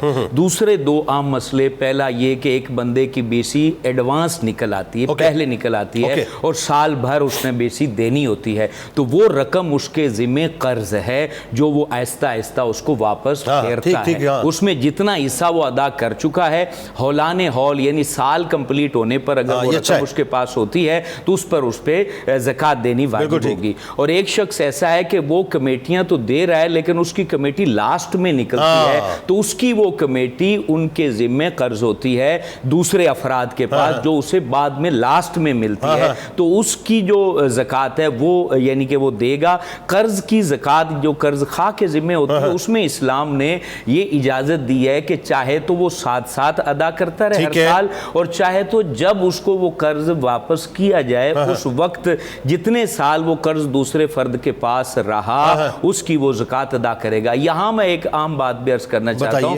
زکوٰۃ, فطرہ اور یہ صدقات میں ہم قرض کو ڈسکس بہت کرتے ہیں کیونکہ قرض کو منہا کیا ہے اسلام نے.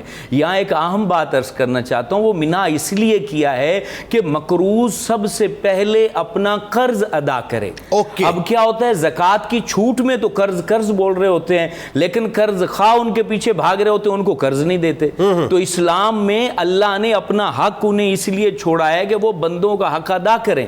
جتنا قرض ان کے ذمے ہے وہ سب سے پہلے اپنی پراپرٹی سیل کر کے, اپنی اضافی چیزیں بیچ کر, اگر اضافی سواریاں ہیں تو وہ بیچ کر, جن کا قرض دینا ہے وہ چکائیں. ان کی جوتی ٹوٹ جاتی ان کے پیچھے بھاگ بھاگ کے اور یہ کہتے ہیں کون سا قرض, لیتے وقت یہ مسکین بن جاتے ہیں, دیتے وقت یہ قرض جو ہے نا وہ واپس نہیں کرتے. تو قرض جو چھوڑا گیا ہے زکوٰۃ میں وہ اسی لیے کہ اگر پیسہ ہے تو سب سے پہلے قرض خواہ کی رقم اس تک لوٹا دو. لیکن وہ تو قرض تو میرے خیال اس لیے چھوڑا گیا نا کہ مثال کے طور پہ آپ کے اوپر کسی کا اگر قرض ہے تو یہی بات, لیکن اگر آپ نے کسی کا دینا ہے دینا ہے تو مختلف ہے نا. ہاں تو اس کو دینا, اس کو ادا اس کو پہلے ادا کریں پھر. اچھا اب کمیٹی مثال کے طور پہ فرض کیجئے کہ ایک شخص ہے 10,000 روپیز کی وہ کمیٹی بھر رہا ہے اور لیٹ سپوز اس نے مطلب جو ہے نا اپنا فرض کیجئے کہ رمضان آج سے شروع کی اس نے, یا یوں کہیے کہ پچھلے رمضان سے اس نے شروع کی تھی اور ابھی تک وہ جو ہے تقریباً 12 کمیٹیاں وہ دے چکا ہے اور اس کی ابھی کھلی نہیں ہے, وہ 24 کمیٹیاں.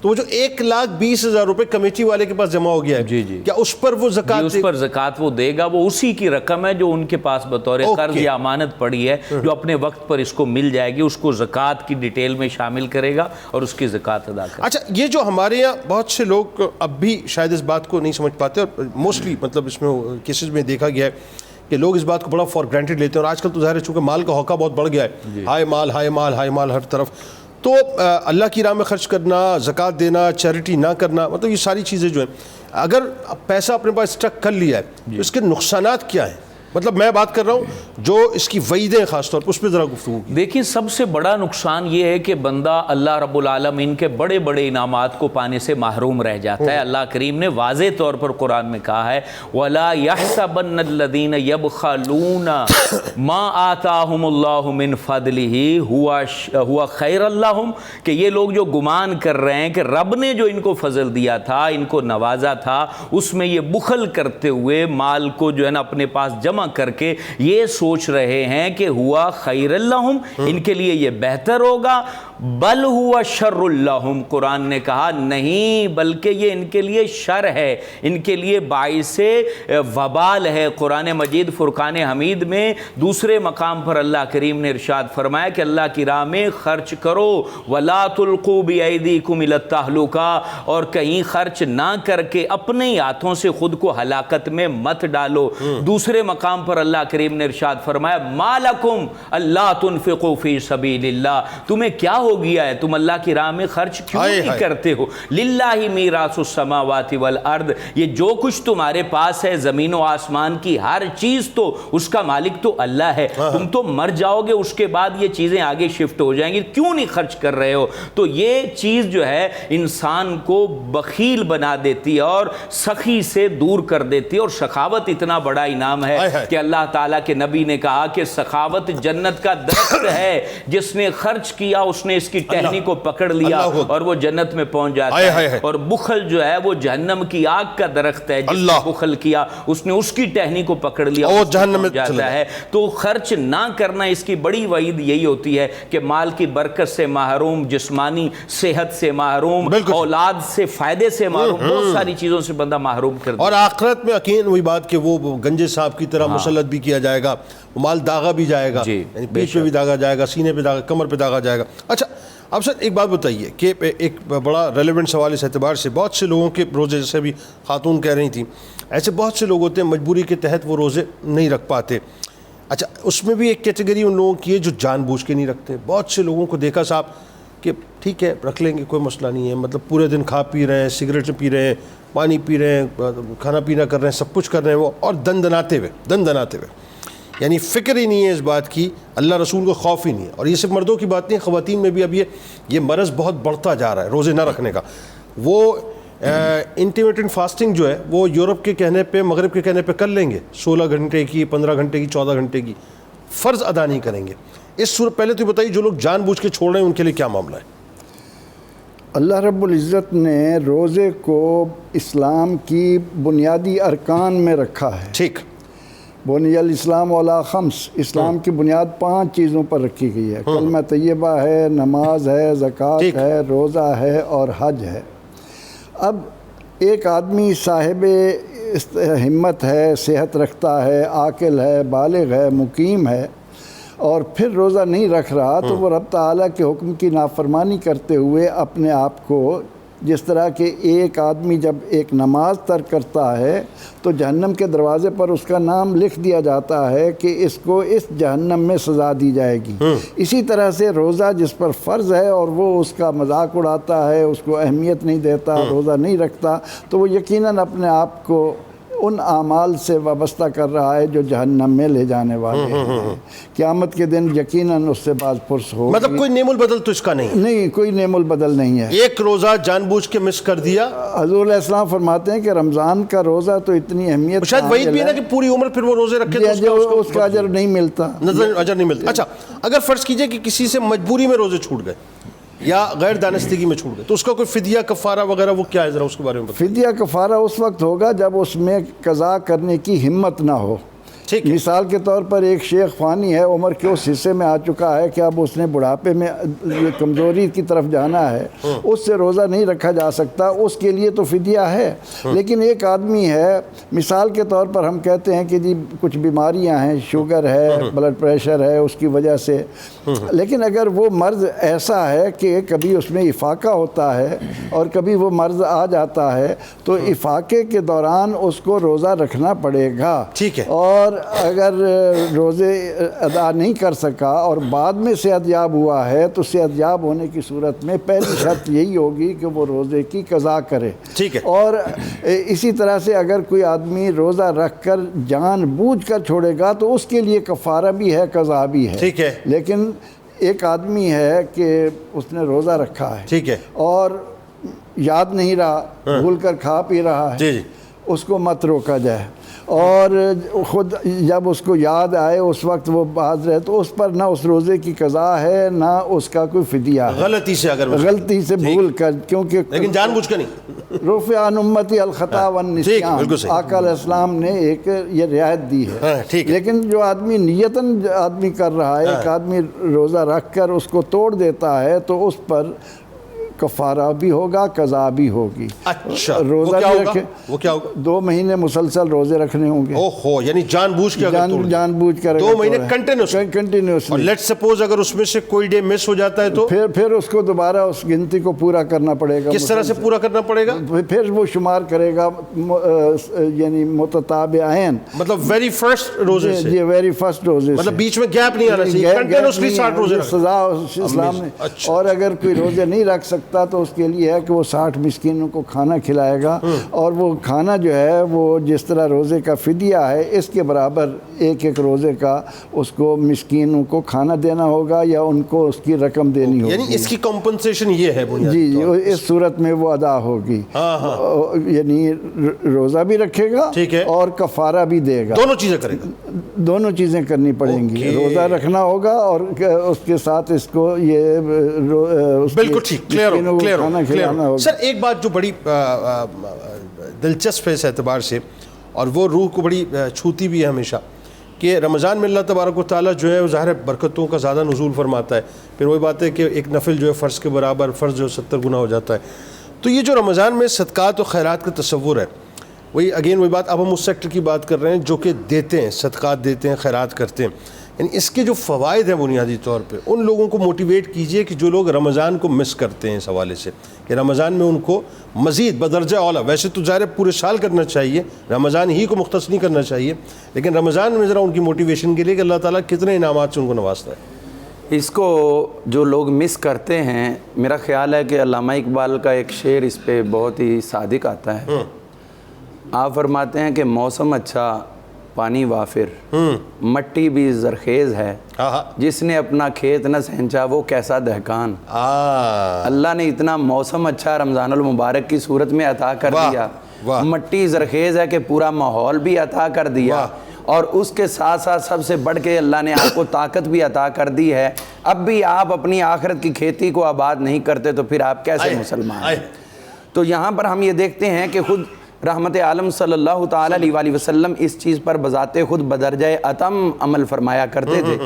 آپ رمضان المبارک کی ابتدا میں ہی جو لوگ جو کفار کسی وجہ سے قیدی ہوتے تو حضور علیہ الصلوۃ والسلام رمضان المبارک کی خوشی میں اگر وہ پیسے کا ارینج نہیں کر سکے تو وہ ان کو معاف کر کے آزاد کر دیا کرتے تھے، یعنی جو ان سے وہ فدیہ لینا ہوتا تھا تو وہ بھی آپ وصول کرنا ترک فرما دیتے تھے۔ یعنی اس کو یوں سمجھ لیں کہ اگر انہوں نے 1,00,000 روپیہ دینا تھا تو حضور نے وہ لاکھ اپنی طرف سے ادا کر دے ان کو معاف کر دیا۔ سبحان اللہ۔ اسی طرح ہم دیکھتے ہیں کہ حضور علیہ الصلوۃ والسلام سے عرض کیا گیا حضور بہترین صدقہ کون سا ہے؟ آپ نے فرمایا وہ صدقہ جو رمضان المبارک کے اندر ادا کیا جائے، یہ سب سے بہترین صدقہ ہے۔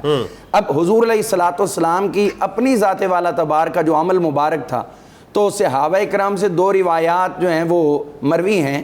ان میں سے ایک تو یہ ہے کہ حضور صلی اللہ علیہ وسلم کے پاس جب حضرت جبریل علیہ السلام آتے، حالانکہ جبریل پورا سال آتے تھے لیکن یہ رمضان المبارک تھا، تو اس میں جب وہ آتے تو حضور علیہ السلام اپنے غلاموں میں بے تحاشا مال کو بانٹا کرتے اور یوں لگتا جس طرح تیز ہواؤں کے جھونکے آتے ہیں اور ہر ایک تک پہنچتے ہیں تو حضور علیہ السلام بھی اپنی طرف سے خرچ کر کے ہر ایک تک اسی طرح پہنچایا کرتے۔ اور ایک روایت کے اندر یہ آتا کہ جس طرح تیز دھار بارش کے قطرے شمار نہیں ہو سکتے اسی طرح حضور کی رمضان المبارک میں عطائیں بھی شمار نہیں ہو سکتی۔ تو رمضان المبارک کے اندر جو حضور علیہ السلام نے نہ صرف خرچ کیا بلکہ خرچ کی طرف متوجہ فرمایا، وہ آپ کے خطبہ اول کے اندر جو مشکات اور دیگر کتب حدیث کے اندر حضرت سیدنا سلمان فارسی رضی اللہ عنہ سے مروی ہے، اور آپ نے اس کا ایک حصہ بھی تلاوت کر دیا، اور وہ یہ تھا کہ حضور علیہ السلام نے فرمایا کہ اس کے اندر ایک نفل کا ثواب ایک فرض کے برابر اور فرض کا ثواب جو ہے وہ 70 فرضوں کے برابر ہو جاتا ہے۔ تو اسی لیے جو زکوٰۃ جن کا نصاب رمضان المبارک میں پہنچتا ہے تو وہ زکوٰۃ بھی ادا کر رہے ہوتے ہیں اور رمضان المبارک کی ساعتوں کا ثواب بھی حاصل کر رہے ہوتے ہیں، تو یعنی فرض کا ثواب 70 فرضوں کے برابر ہو جاتا ہے۔ تو میں یہاں پر ایک اپنے ناظرین کی توجہ کے لیے عرض کرنا چاہوں گا، اب یہ نہیں کہ زکوٰۃ جو ہے وہ فرض تھی مجھ پر رجب میں یا اس سے پہلے اور میں اس کو ڈیلے کرتا رہا اس رمضان المبارک تک، تو یہ حق نہیں ہے۔ حق یہ ہے کہ میں اس کو اس وقت پہ ادا کر لوں اور اگلے سال کو اس رمضان کے اندر لے آؤں، اب میرا ہر سال جو ہے وہ رمضان المبارک کا وہ زکوٰۃ کی ادائیگی کا ہوگا، تو یہ ڈبل ٹرپل نہیں بلکہ 70 گنا ثواب کا زیادہ۔ اور بہت اچھی آپ بات کر رہے ہیں کہ فرض کیجئے کہ اگر وہ 1 سال آپ کا پورا ہو گیا تو آپ نے ویٹ نہیں کرنا کہ جی میں رمضان کا ویٹ کروں گا، وہ چونکہ 70 ٹائمز جو ہے اس کا مجھے فائدہ ہونا ہے، اللہ تعالیٰ جو ہے نیتوں کا دیتا ہے، آپ اسی وقت انسٹنٹلی اس کو نکال دیں، کیا خیال ہے؟ جی وہ ہولانے ضرورت جس کی ہے اس کی ضرورت، اب ضرورت کسی کی مثال کے طور پہ کہ رجب میں یا مطلب محرم میں یا ربیع الاول میں، اور آپ انتظار کر رہے ہیں رمضان کا، رمضان آئے گا تو بات یہ ہے کہ اللہ تعالیٰ ان نیتوں کا آپ کو دے دے گا، پہلے ادا کریں ان کو، ایسا ہی ہے نا؟ ایسا ہی ہے۔ اور آپ اس میں دیکھیے کہ ان طلب اگر آپ وہ طلب پوری کرتے ہیں تو خالق کائنات ہو سکتا ہے کہ اس جہاں انتہائی ضروری تھا رمضان المبارک سے بھی زیادہ ثواب عطا فرما دیتا۔ جس طرح یہ ہمارے پیچھے ایک زلزلہ آیا ملک پاکستان کے اندر یا دیگر اس طرح کے حوادثات ہو جاتے ہیں جہاں لوگ جو ہیں کروڑوں اربوں پتی وہ ایک آنے واحد کے جھٹکے کے اندر وہ مفلوق الحالی تک پہنچ جاتے ہیں، اب وہ ان کے اوپر یہ معاملات کو محرم سفر یا ربیع الاول میں، اور آپ انتظار کریں نہیں جی میں رمضان المبارک میں ہی دوں گا، تو یہ ابھی وہ دینا ہے کہ نہیں آپ کی زندگی وفا کرے گی یا نہیں کرے گی، لیکن وہ جو مجبور لوگ تھے جن کے اوپر خرچ کرنا لازم تھا ان پہ نہ کر کے آپ نے الٹا رمضان کے انتظار میں یہ گناہ کا ارتکاب کر دیا، وہ فوری طور پر ادا کریں۔ اور خوبصورت طریقہ یہ ہے کہ جب ضرورت ہے تو اس کو سال پورا ہونے سے پہلے آپ ادا کر دیں، تو انشاءاللہ اللہ کی رحمت سے وہ سال کے آخر میں جو ثواب ملنا ہے اس سے زیادہ اللہ تعالیٰ آپ کو بیفور ٹائم عطا فرمائے۔ اور اس کو اگر ہم پورا کرکس آف دی ٹاپک کے طور پہ لیں تو بات یہ علامہ صاحب کہ جو میں سمجھ پایا ہوں، اور میں چاہتا ہوں اس پہ ذرا آپ گفتگو کیجئے، کہ اللہ تبارک و تعالیٰ نے بنیادی طور پہ جو ہمارے اوپر ذمہ داریاں رکھی ہیں، چاہے وہ واجب کی صورت میں یا جو نوافل کی صورت میں ہمیں آپشنز دیے ہیں، مقصد یہ ہے کہ لوگوں میں ہم خیر بانٹیں۔ وہ جو حدیث پاک ہے نا کہ خیر الناس من ينفع الناس، کہ بہترین انسان وہ ہے جس کا وجود انسانوں کے لیے مفید ہو۔ تو ہمارے وجود کو ہمیں لوگوں کے لیے مفید بنانا ہے ہر اعتبار سے، چاہے وہ مالی اعتبار سے ہو، بدنی اعتبار سے۔ اس پہ ذرا گفتگو کیجئے کہ جو خیر کا جو تصور اسلام نے دیا ہے۔ سر جتنے بھی انبیاء اکرام علیہم السلام دنیا میں جلوہ گر ہوئے انہوں نے ایک ہی بات سمجھائی ہے کہ تمہاری وجہ سے کوئی پریشان نہیں ہونا چاہیے، تمہاری وجہ سے غم نہیں پھیلنے چاہیے، تمہاری وجہ سے لوگوں کے چہروں پر مسکراہٹیں آنی چاہیے۔ حضور فخر عالم جانے کائنات نے تو اس چیز کا اتنا اہتمام فرمایا کہ کانٹا بھی کہیں پڑا ہے تو اس کو اٹھا کے سائیڈ پہ رکھ دو کہ میرے کسی امتی کے پیر میں نہ لگ جائے۔ حضور نے تو اس بات کا بھی اہتمام فرمایا کہ کسی شخص نے گھونسلے سے ایک چڑیا کو اٹھا لیا تو حضور نے کہا جاؤ اس کو گھونسلے میں رکھ کے آؤ۔ حضور علیہ الصلوۃ والسلام نے تو اس بات کا بھی اہتمام کیا کہ اونٹ نے حضور فخر عالم جانے کائنات علیہ الصلوۃ والسلام کے کان میں سرگوشی فرمائی تو حضور علیہ السلام نے اس کے مالک کو طلب فرمایا کہ تو اس کو چارہ کم دیتا ہے اور کام زیادہ لیتا ہے۔ تو نبی پاک علیہ الصلوۃ والسلام کے شہر مدینہ کی گلیوں کو تصور میں بٹھاؤ تو انہوں نے اپنی بھوک کو جو ہے وہ مقدم نہیں رکھا، شہزادی کونین نے جو ہے اپنے بچوں کی بھوک کو مقدم نہیں رکھا، بلکہ اپنا کھانا اٹھا کے قرض اٹھا کے غریبوں کی مدد کی، ہیلپ کی۔ اسی طریقے وہ ڈھونڈا کرتے تھے کہ یتیم کہاں ہے جو بھوکا ہے، مسکین کس گلی میں رہتا ہے جو بھوکا ہے، کوئی بوڑھیا ہے جو بھوکی ہے۔ تو حضرت ابوبکر صدیق رات کے پہلے میں جا کے ان کی خدمت کیا کرتے تھے۔ عمر فاروق اعظم ڈھونڈتے ڈھونڈتے جاتے تھے کہ کون ہے جو پہلے ان کی خدمت کر کے جاتا ہے، ہم اس دین سے تعلق رکھتے ہیں۔ میرے بابا فرید گنج شکر رحمۃ اللہ علیہ جب پاک پتن تشریف لائے، کوئی مسکین آتا تو اپنی بھوک کو بعد میں جو ہے حل کرتے، پہلے ان کی مدد کیا کرتے، خود ڈیلے ابال کے کھاتے اور دوسروں کے گھروں میں جو ہے نا وہ اناج بھیجا کرتے تھے۔ جس ولی کو دیکھو وہ خیر بانٹنے والا، جس صحابی کو دیکھو وہ خیر بانٹنے والا، جس اہل بیت کے فرد کو دیکھو وہ خیر بانٹنے والا۔ جو خیر کے ساتھ ہے وہ نبیوں کے ساتھ ہے، اور جو خیر سے محروم ہے وہ نبیوں کی سب سے محروم ہے، وہ اس فیضان نظر سے محروم ہے۔ اگر کوئی چاہتا ہے کہ میں مر جاؤں اور کفن میں میری لاش لپٹی ہو تو ایک بوڑھی ماں اللہ سے کہہ رہی ہو کہ اللہ اس نے میرے گھر میں راشن بھیجا تھا اس کو بخش دے، یتیم بچہ کہہ رہا ہو کہ مولا مہربانی کر دے اس کی قبر کو روشن کر دے۔ یہ چند دن کی زندگی ہے، اس میں لوگوں کے چہروں پر خوشیاں بکھیرو، غریبوں کے کام آؤ، مسکینوں کے کام آؤ، اور اپنی زندگی کے بعد موت کو عید جیسا بنا لو کہ تم مرو تو مخلوق اللہ سے کہہ رہی ہو کہ اللہ اس کو عذاب نہیں دینا، تو رب پھر غیرت والا ہے، وہ لوگوں کی باتوں کو ٹالتا نہیں۔ بالکل ٹھیک ہے۔ اور دیکھیں نا اگین یہ جو بات آپ کر رہے تھے، کیا کمال گفتگو کہ وہ حدیث پاک اس وقت میرے سامنے جھلملا رہی ہے، اور یہ وظیفہ بھی ہے بیسکلی کہ جو چاہتا ہے کہ اللہ کے غصے کو ٹھنڈا کرے اور بری موت سے بچے، آپ یہ دیکھیے کہ وہ صدقہ کرے تو اللہ کا غصہ بھی ٹھنڈا ہو جاتا ہے، بری موت سے بھی انشاءاللہ محفوظ۔ اور اس کے ساتھ یہ حدیث بھی سنا دینا کہ صدقہ تو ترد البلا و تزید فی العمر، جناب جناب جناب صدقہ جو ہے مصیبت ٹالتا ہے اور عمر میں برکت لاتا ہے۔ بالکل ٹھیک ہے۔ ناظرین ہمارے ساتھ آپ نے جڑے رہنا ہے، آپ کو لیے چلتے ہیں مجموعہ کلام کی جانب، اور پھر ظاہر ہے آپ بھی سحری کریں گے، میں بھی سحری انشاءاللہ کروں گا۔ اب یا تو پروبلی آج سیکنڈ لاسٹ سحری ہے، یا ہو سکتا ہے کہ شاید اگر 30 روزے ہو جائے اللہ کرے، لیکن امکانات کم لگ رہے ہیں تو پھر ظاہر ہے مطلب آج سیکنڈ لاسٹ ہی سحری ہوگی۔ تو آج قصص الانبیاء میں حضرت زکریا علیہ السلام کا ذکر ہوگا انشاءاللہ، ان پہ بات کریں گے۔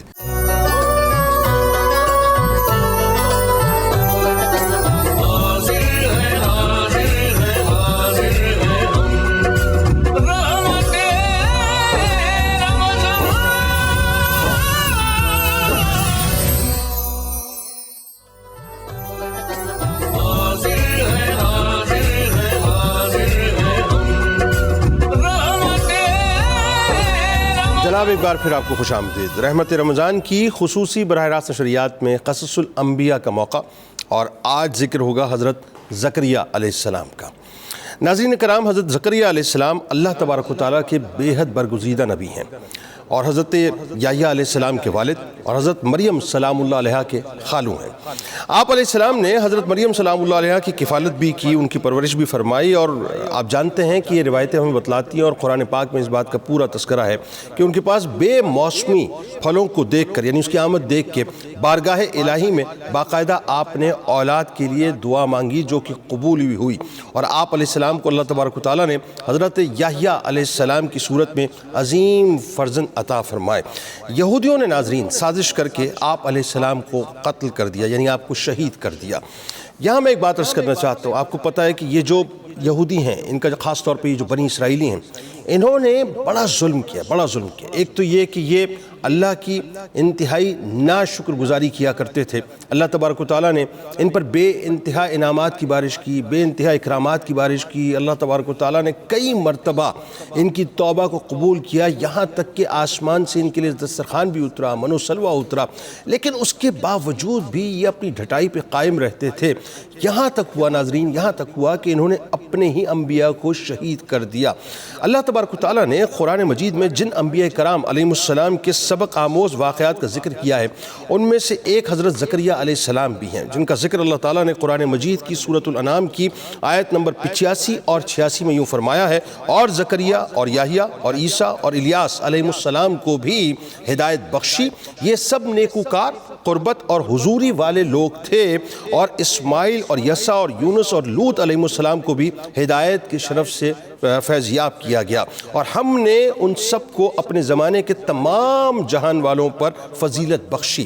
حضرت زکریا علیہ السلام حضرت سلیمان بن داؤد علیہ السلام کی اولاد میں سے اللہ تعالیٰ نے آپ علیہ السلام کو بنی اسرائیل کی ہدایت اور رہنمائی کے لیے مبعوث فرمایا۔ سیدہ مریم سلام اللہ علیہا کے والد ماجد حضرت عمران علیہ السلام اور حضرت زکریا علیہ السلام ایک ہی زمانے میں تھے، اور دونوں ہم زلف بھی تھے، یعنی آپس میں ان کا رشتہ بھی تھا۔ حضرت مریم سلام اللہ علیہا کی والدہ محترمہ حضرت حنہ رضی اللہ تعالیٰ عنہ کا ناظرین حضرت عمران علیہ السلام سے ہوا، جبکہ حضرت حنہ کی بہن عیشہ کا عقد حضرت زکریا علیہ السلام سے ہوا۔ سیدنا عیسیٰ علیہ السلام کی والدہ ماجدہ حضرت مریم سلام اللہ علیہا اور حضرت یحییٰ علیہ السلام خالہ زاد ہیں۔ حضرت زکریا علیہ السلام نبی ہونے کے ساتھ ساتھ بیت المقدس کے امام، خادم اور ایک روحانی شخصیت تھے، یعنی اللہ تبارک و تعالیٰ نے آپ کو یہ منصب عطا فرمایا تھا کہ آپ باقاعدہ بیت المقدس کی امامت بھی کیا کرتے تھے، یعنی وہاں پہ امامت کے فرائض بھی انجام دیتے تھے، خداموں کی حیثیت سے بھی کام کرتے تھے، اور آپ کا تشخص ایک روحانی شخصیت کی حیثیت سے تھا۔ لوقا کی انجیل میں اس منصب کو کاہن کہا گیا ہے۔ دراصل بنی اسرائیل میں کاہن ایک مذہبی اور روحانی عہدہ سمجھا جاتا تھا، جس کے ذمہ ہیکل سلیمانی اور بیت المقدس کی مذہبی رسومات کو انجام دینا ہوتا تھا۔ حضرت زکریا علیہ السلام بھی دیگر انبیاء کرام علیہ السلام کی طرح اپنے دست مبارک سے باقاعدہ کام کیا کرتے تھے، اور یہ ناظرین آپ دیکھیں، میں آگے جا کے آپ کو بتلاتا ہوں، یہ انبیاء کرام علیہ السلام کا خاص وصف رہا ہے کہ وہ روزگار کے سلسلے میں، کسب حلال کے سلسلے میں خود محنت کیا کرتے تھے۔ یعنی حضرت ابو ہریرہ رضی اللہ تعالیٰ عنہ سے روایت ہے، رسول اللہ صلی اللہ علیہ وآلہ وسلم نے فرمایا کہ حضرت زکریا علیہ السلام بڑھئی تھے۔ دنیا میں جتنے بھی انبیاء کرام علیہ السلام مبعوث ہوئے ناظرین، انہوں نے کسب معاش کے سلسلے میں کسی نہ کسی شعبے کو، کسی نہ کسی پروفیشن کو ضرور اختیار کیا ہے۔ یعنی ایسا نہیں ہوا ہے صاحب کہ انبیاء کرام علیہ السلام میں سے کوئی ایک نبی آپ کو جو ہے بغیر کسی پروفیشن کے ملتے ہوں، ہر ایک نے کسی نہ کسی پیشے کو ضرور اختیار کیا ہے۔ وہ اپنی روزی اپنے دست مبارک کی محنت سے باقاعدہ پیدا کرتے تھے، اور اپنے معاش کا بوجھ کسی دوسرے پر نہیں ڈالتے تھے۔ جبکہ اگر آپ دیکھیں ناظرین، آج یہ بدقسمتی ہے، جن لوگوں کو اللہ تبارک و تعالیٰ خاص مقام اور مرتبہ عطا کر دیتا ہے، خاص طور پر مذہبی حوالے سے، الا ماشاءاللہ، وہ بس ان کی چاہت ہوتی ہے کہ ان کے معاملات سارے آٹو پہ چلتے رہیں، لوگ ان کی خدمت میں آتے رہیں، ان کی خدمت کرتے رہیں، ان کے پاس نذرانے پیش کرتے رہیں، تحائف پیش کرتے رہیں۔ اگین میں عرض کر رہا ہوں، الا ماشاءاللہ، لیکن وہ یہ نہیں سمجھ پاتے کہ انبیاء کرام علیہ السلام، جن کو اللہ تبارک و تعالیٰ نے وہ رتبہ اور مقام عطا کیا ہے کہ نبی کریم صلی اللہ علیہ وآلہ وسلم ظاہر خاتم الانبیاء، اور درجہ بدرجہ آپ کے بعد جتنے بھی انبیاء کرام موجود ہیں، یعنی یہ افضل ترین یوں کہہ لیجئے کہ قبیل ہے اس کائنات کی، اس افضل ترین قبیل نے کوئی ایسا کام نہیں کیا جو کہ اللہ تبارک و تعالیٰ کو ناپسند ہو ہو، بلکہ ہر اس کام کو کیا جو اللہ کی رضا کے لیے اور خاص طور پہ اپنے معاش کے سلسلے میں ہمیشہ محنت کی ہے. یعنی کسی سے دین حق کے کام کی اجرت کبھی بھی وہ طلب نہیں کرتے تھے، بلکہ یہ اعلان فرماتے تھے کہ میں نے تم سے اس تبلیغ پر کوئی اجرت نہیں مانگی، نہ میں مانگتا ہوں، میری اجرت تو اللہ رب العالمین ہی پر ہے. مفسرین تحریر فرماتے ہیں ناظرین کہ حضرت آدم علیہ السلام جب دنیا میں بھیجے گئے تو ان کے پاس جنت کے پودوں کے بیج تھے. انہوں نے کاشتکاری کی اور سب سے پہلے آٹا پیس کر روٹی بنائی. نیز ستر پوشی کے لیے جانوروں کی کھالوں کا لباس آپ نے تیار کیا. یہ آپ کے یوں کہہ لیجئے کہ اپنا خاصہ ہے جس کی ابتدا آپ نے فرمائی. یہ سب کام حضرت جبرائیل علیہ السلام نے انہیں سکھائے. اسی طرح سے حضرت شیز علیہ السلام نے تعمیرات کا کام کیا، جسے آپ آج کی زبان میں کنسٹرکشن کا کام کہہ سکتے ہیں. شہروں اور قلعوں کی باقاعدہ آپ نے بنیاد رکھی، اور سوچئے اس دور میں آپ نے بنیاد رکھی. اسی طرح سے حضرت نوح علیہ السلام لکڑی کا کام کیا کرتے تھے. حضرت ادریس علیہ السلام نے کپڑا بننا، ناپ تول اور اسلحہ بنانے کا جو طریقہ تھا اس کو ایجاد فرمایا. اسی طرح سے حضرت ہود علیہ السلام اور حضرت صالح علیہ السلام تجارت کیا کرتے تھے، یعنی ٹریڈنگ، آج کی دنیا میں ٹریڈنگ اس کو کہتے ہیں، ٹریڈنگ کیا کرتے تھے. حضرت ابراہیم علیہ السلام اور حضرت اسماعیل علیہ السلام کھیتی باڑی کے علاوہ تعمیراتی کام بھی کیا کرتے تھے. اور آپ یہ دیکھیں یہ تعمیراتی کام تھا کہ اللہ تبارک و تعالیٰ نے ان سے باقاعدہ خانہ کعبہ کی تعمیر کا کام لیا. حضرت اسماعیل علیہ السلام تیر کمان بھی بنایا کرتے تھے. اسی طرح سے حضرت شعیب علیہ السلام کے بارے میں آتا ہے کہ اونٹ، بھیڑ، بکریاں وغیرہ آپ پالا کرتے تھے اور ان کے دودھ سے معاش تلاش کیا کرتے تھے. اسی طرح سے حضرت لوط علیہ السلام کے بارے میں آتا ہے کہ وہ بھی کھیتی باڑی کیا کرتے تھے.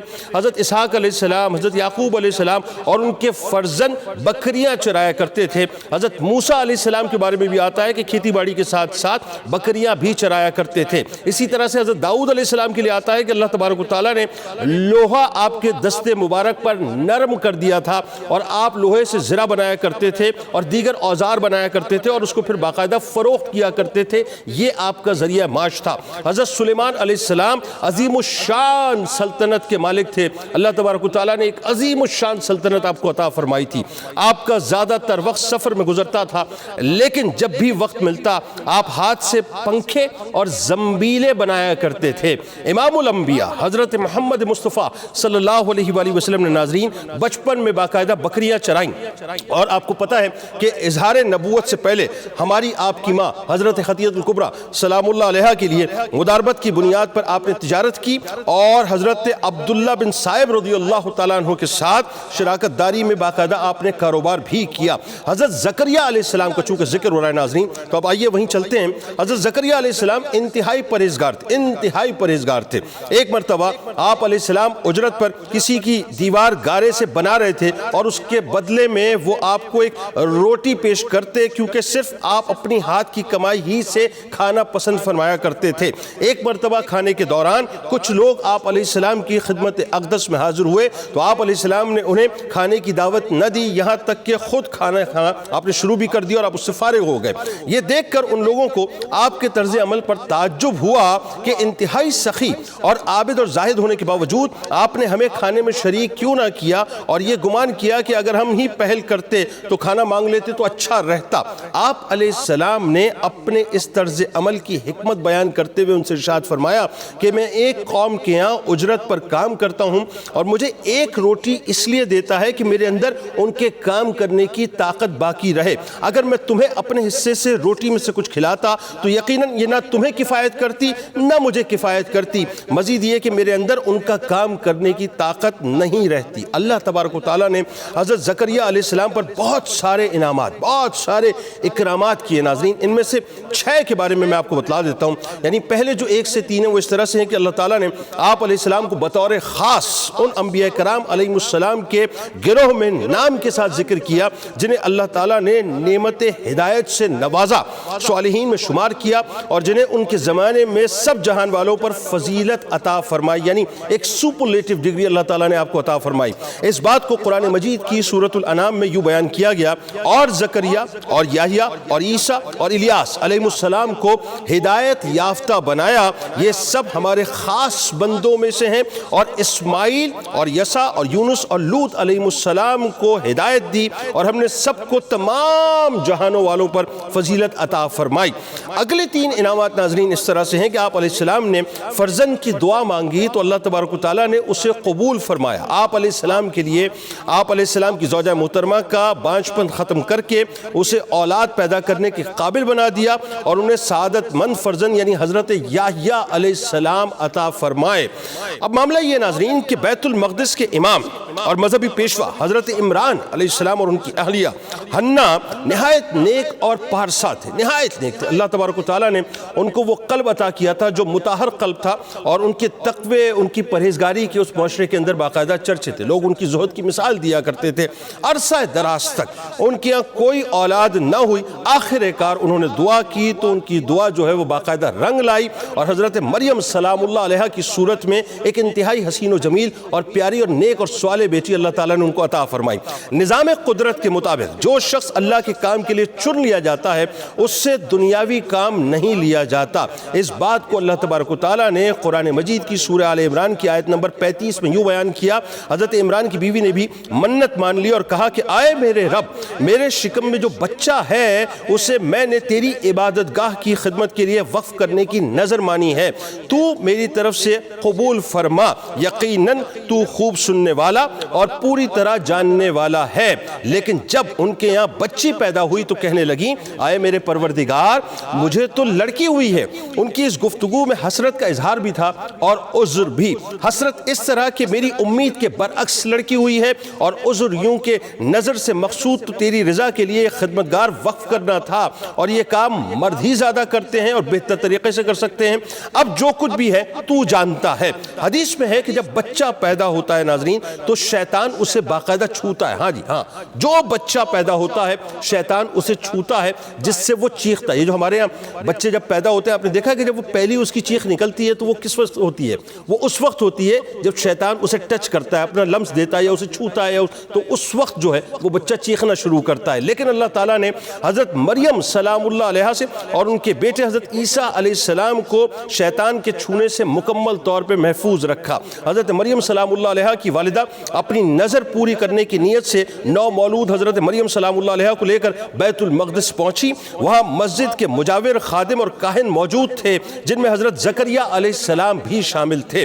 حضرت مریم سلام اللہ علیہ کی والدہ نے کہا کہ اس بچی کے متعلق نظر مان چکی ہوں, اب یہ بیت المقدس کی خدمت کے لیے آپ لوگوں کے پاس رہے گی. چونکہ ناظرین وہ حضرت عمران علیہ السلام کی بیٹی تھی جو مسجد کے امام اور ایک روحانی بزرگ تھے, لہٰذا سب کی خواہش تھی کہ بچی اسے مل جائے. حضرت زکریا علیہ السلام کا استدلال تھا کہ بچی کی ماں اور ان کی اہلیاں آپس میں سگی بہنیں ہیں, لہٰذا خالہ جو ہے چونکہ ماں کی طرح ہوا کرتی ہے اس لیے بچی کی پرورش پر ان کا زیادہ حق ہے. تاہم دیگر افراد اس پر راضی نہ ہوئے تو قرعہ اندازی سے فیصلہ کیا گیا جس پر 3 بار قرعہ حضرت زکریا علیہ السلام ہی کے نام نکلا. اور ظاہر یہ ایک ایکچولی قدرت کی بنت تھی. قدرت فیصلے اپنے کرتی ہے اور پھر ان فیصلوں کے اوپر جو انسان عمل کرتا ہے, تو قدرت نے یہ فیصلہ جو ہے پہلے ہی کیا تھا کہ حضرت زکریا علیہ السلام ہی ان کے کسٹوڈین ہوں گے, ان کے کفیل ہوں گے, انہی کی پرورش میں حضرت مریم سلام اللہ علیہ نے پروان چڑھنا ہے. اور بالکل اسی طرح سے ناظرین یہ سارا معاملہ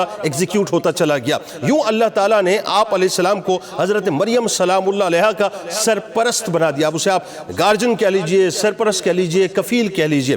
آپ علیہ السلام نے بڑے ذوق و شوق سے ان کی پرورش کی اور بہت زیادہ اس پر محنت کی. انہوں نے حضرت مریم سلام اللہ علیہ کو اپنے ہی گھر میں رکھا, لیکن جب وہ ذرا سمجھدار ہوئی تو انہیں مسجد سے متصل ایک حجرے میں منتقل کر دیا, جبکہ رات کو وہ اپنی خالہ کے پاس ہی آ کر سو جایا کرتی تھی. حضرت مریم سلام اللہ علیہ کے حجرے میں ناظرین کسی شخص کو داخل ہونے کی اجازت نہ ہوتی تھی سوائے حضرت زکریا علیہ السلام کے. حضرت زکریا علیہ السلام جب حجرے سے باہر جاتے تو حفاظت کے نقطہ نظر سے باہر سے باقاعدہ قفل لگا دیا کرتے تھے, یعنی تالا لگا دیا کرتے تھے, لاک کر دیا کرتے تھے دروازے کو. لیکن جب واپس آتے تو یہ دیکھ کر انگشت بدندہ رہ جاتے تھے, یعنی حیران ہو جایا کرتے تھے کہ حضرت مریم سلام اللہ علیہ کے پاس بے موسم کے نہایت اعلیٰ قسم کے پھل اور میوہ جات موجود ہیں.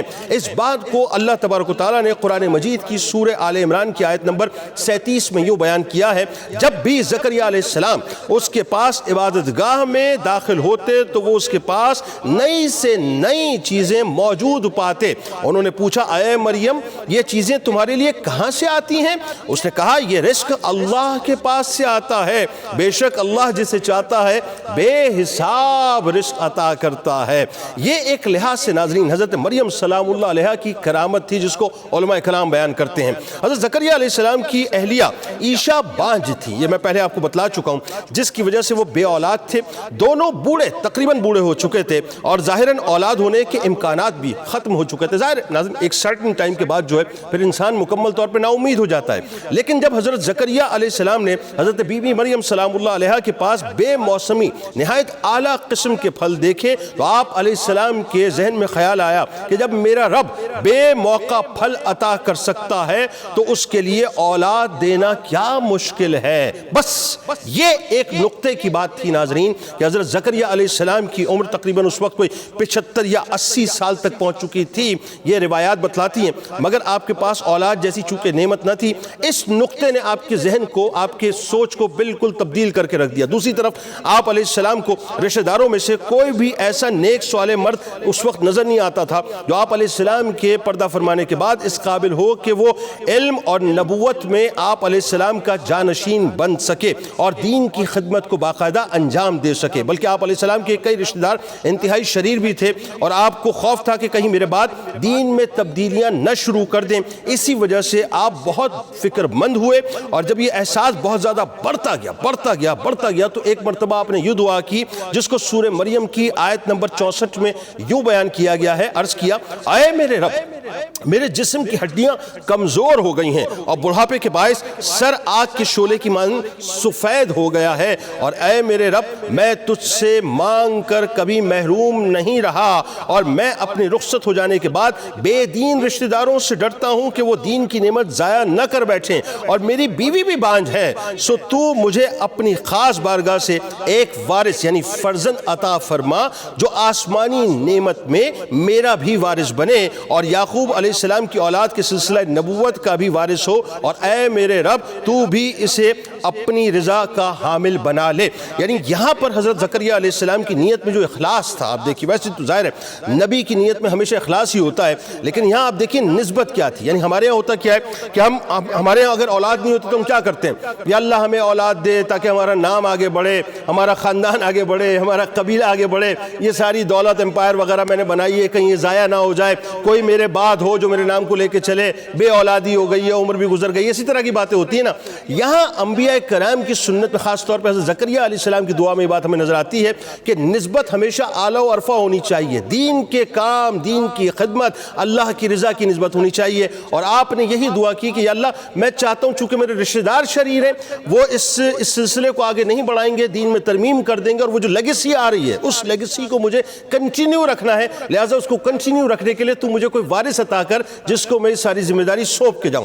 اب وہ یہ ناظرین کہ زکریہ علیہ السلام کے ظاہر چونکہ اللہ تعالیٰ کے آپ نیک اور برگزیدہ تھے اور بنی اسرائیل کی قربانیاں ظاہر آپ ہی کیا کرتے تھے اور آپ کی اجازت کے بغیر کوئی مسجد میں داخل نہیں ہو سکتا تھا۔ ایک دن آپ حسب معمول حضرت مریم سلام اللہ علیہ کے حجرے اور مسجد سے باہر نکل رہے تھے کہ لوگ باہر کھڑے تھے تو آپ نے ایک نورانی شکل والا نوجوان دیکھا جو حضرت جبرائیل علیہ السلام تھے۔ انہوں نے آپ علیہ السلام کو ایک نیک فرزند کی بشارت دی جس کو قرآن مجید کی سورہ آل عمران کی آیت نمبر 40 میں یوں بیان کیا گیا ہے کہ بے شک اللہ آپ کو فرزند یحییٰ علیہ السلام کی بشارت دیتا ہے جو کلمۃ اللہ یعنی عیسیٰ علیہ السلام کی تصدیق کرنے والا ہوگا اور سردار ہوگا اور عورتوں کی رغبت سے بہت محفوظ ہوگا اور ہمارے خاص نیکوکار بندوں میں سے نبی ہوگا۔ اب حضرت زکریہ علیہ السلام اپنے حجرے سے باہر نکل کر اپنی قوم کے پاس آئے تو ان سے اشارے سے کہا کہ تم صبح و شام اللہ کی تسبیح بیان کرتے ہو۔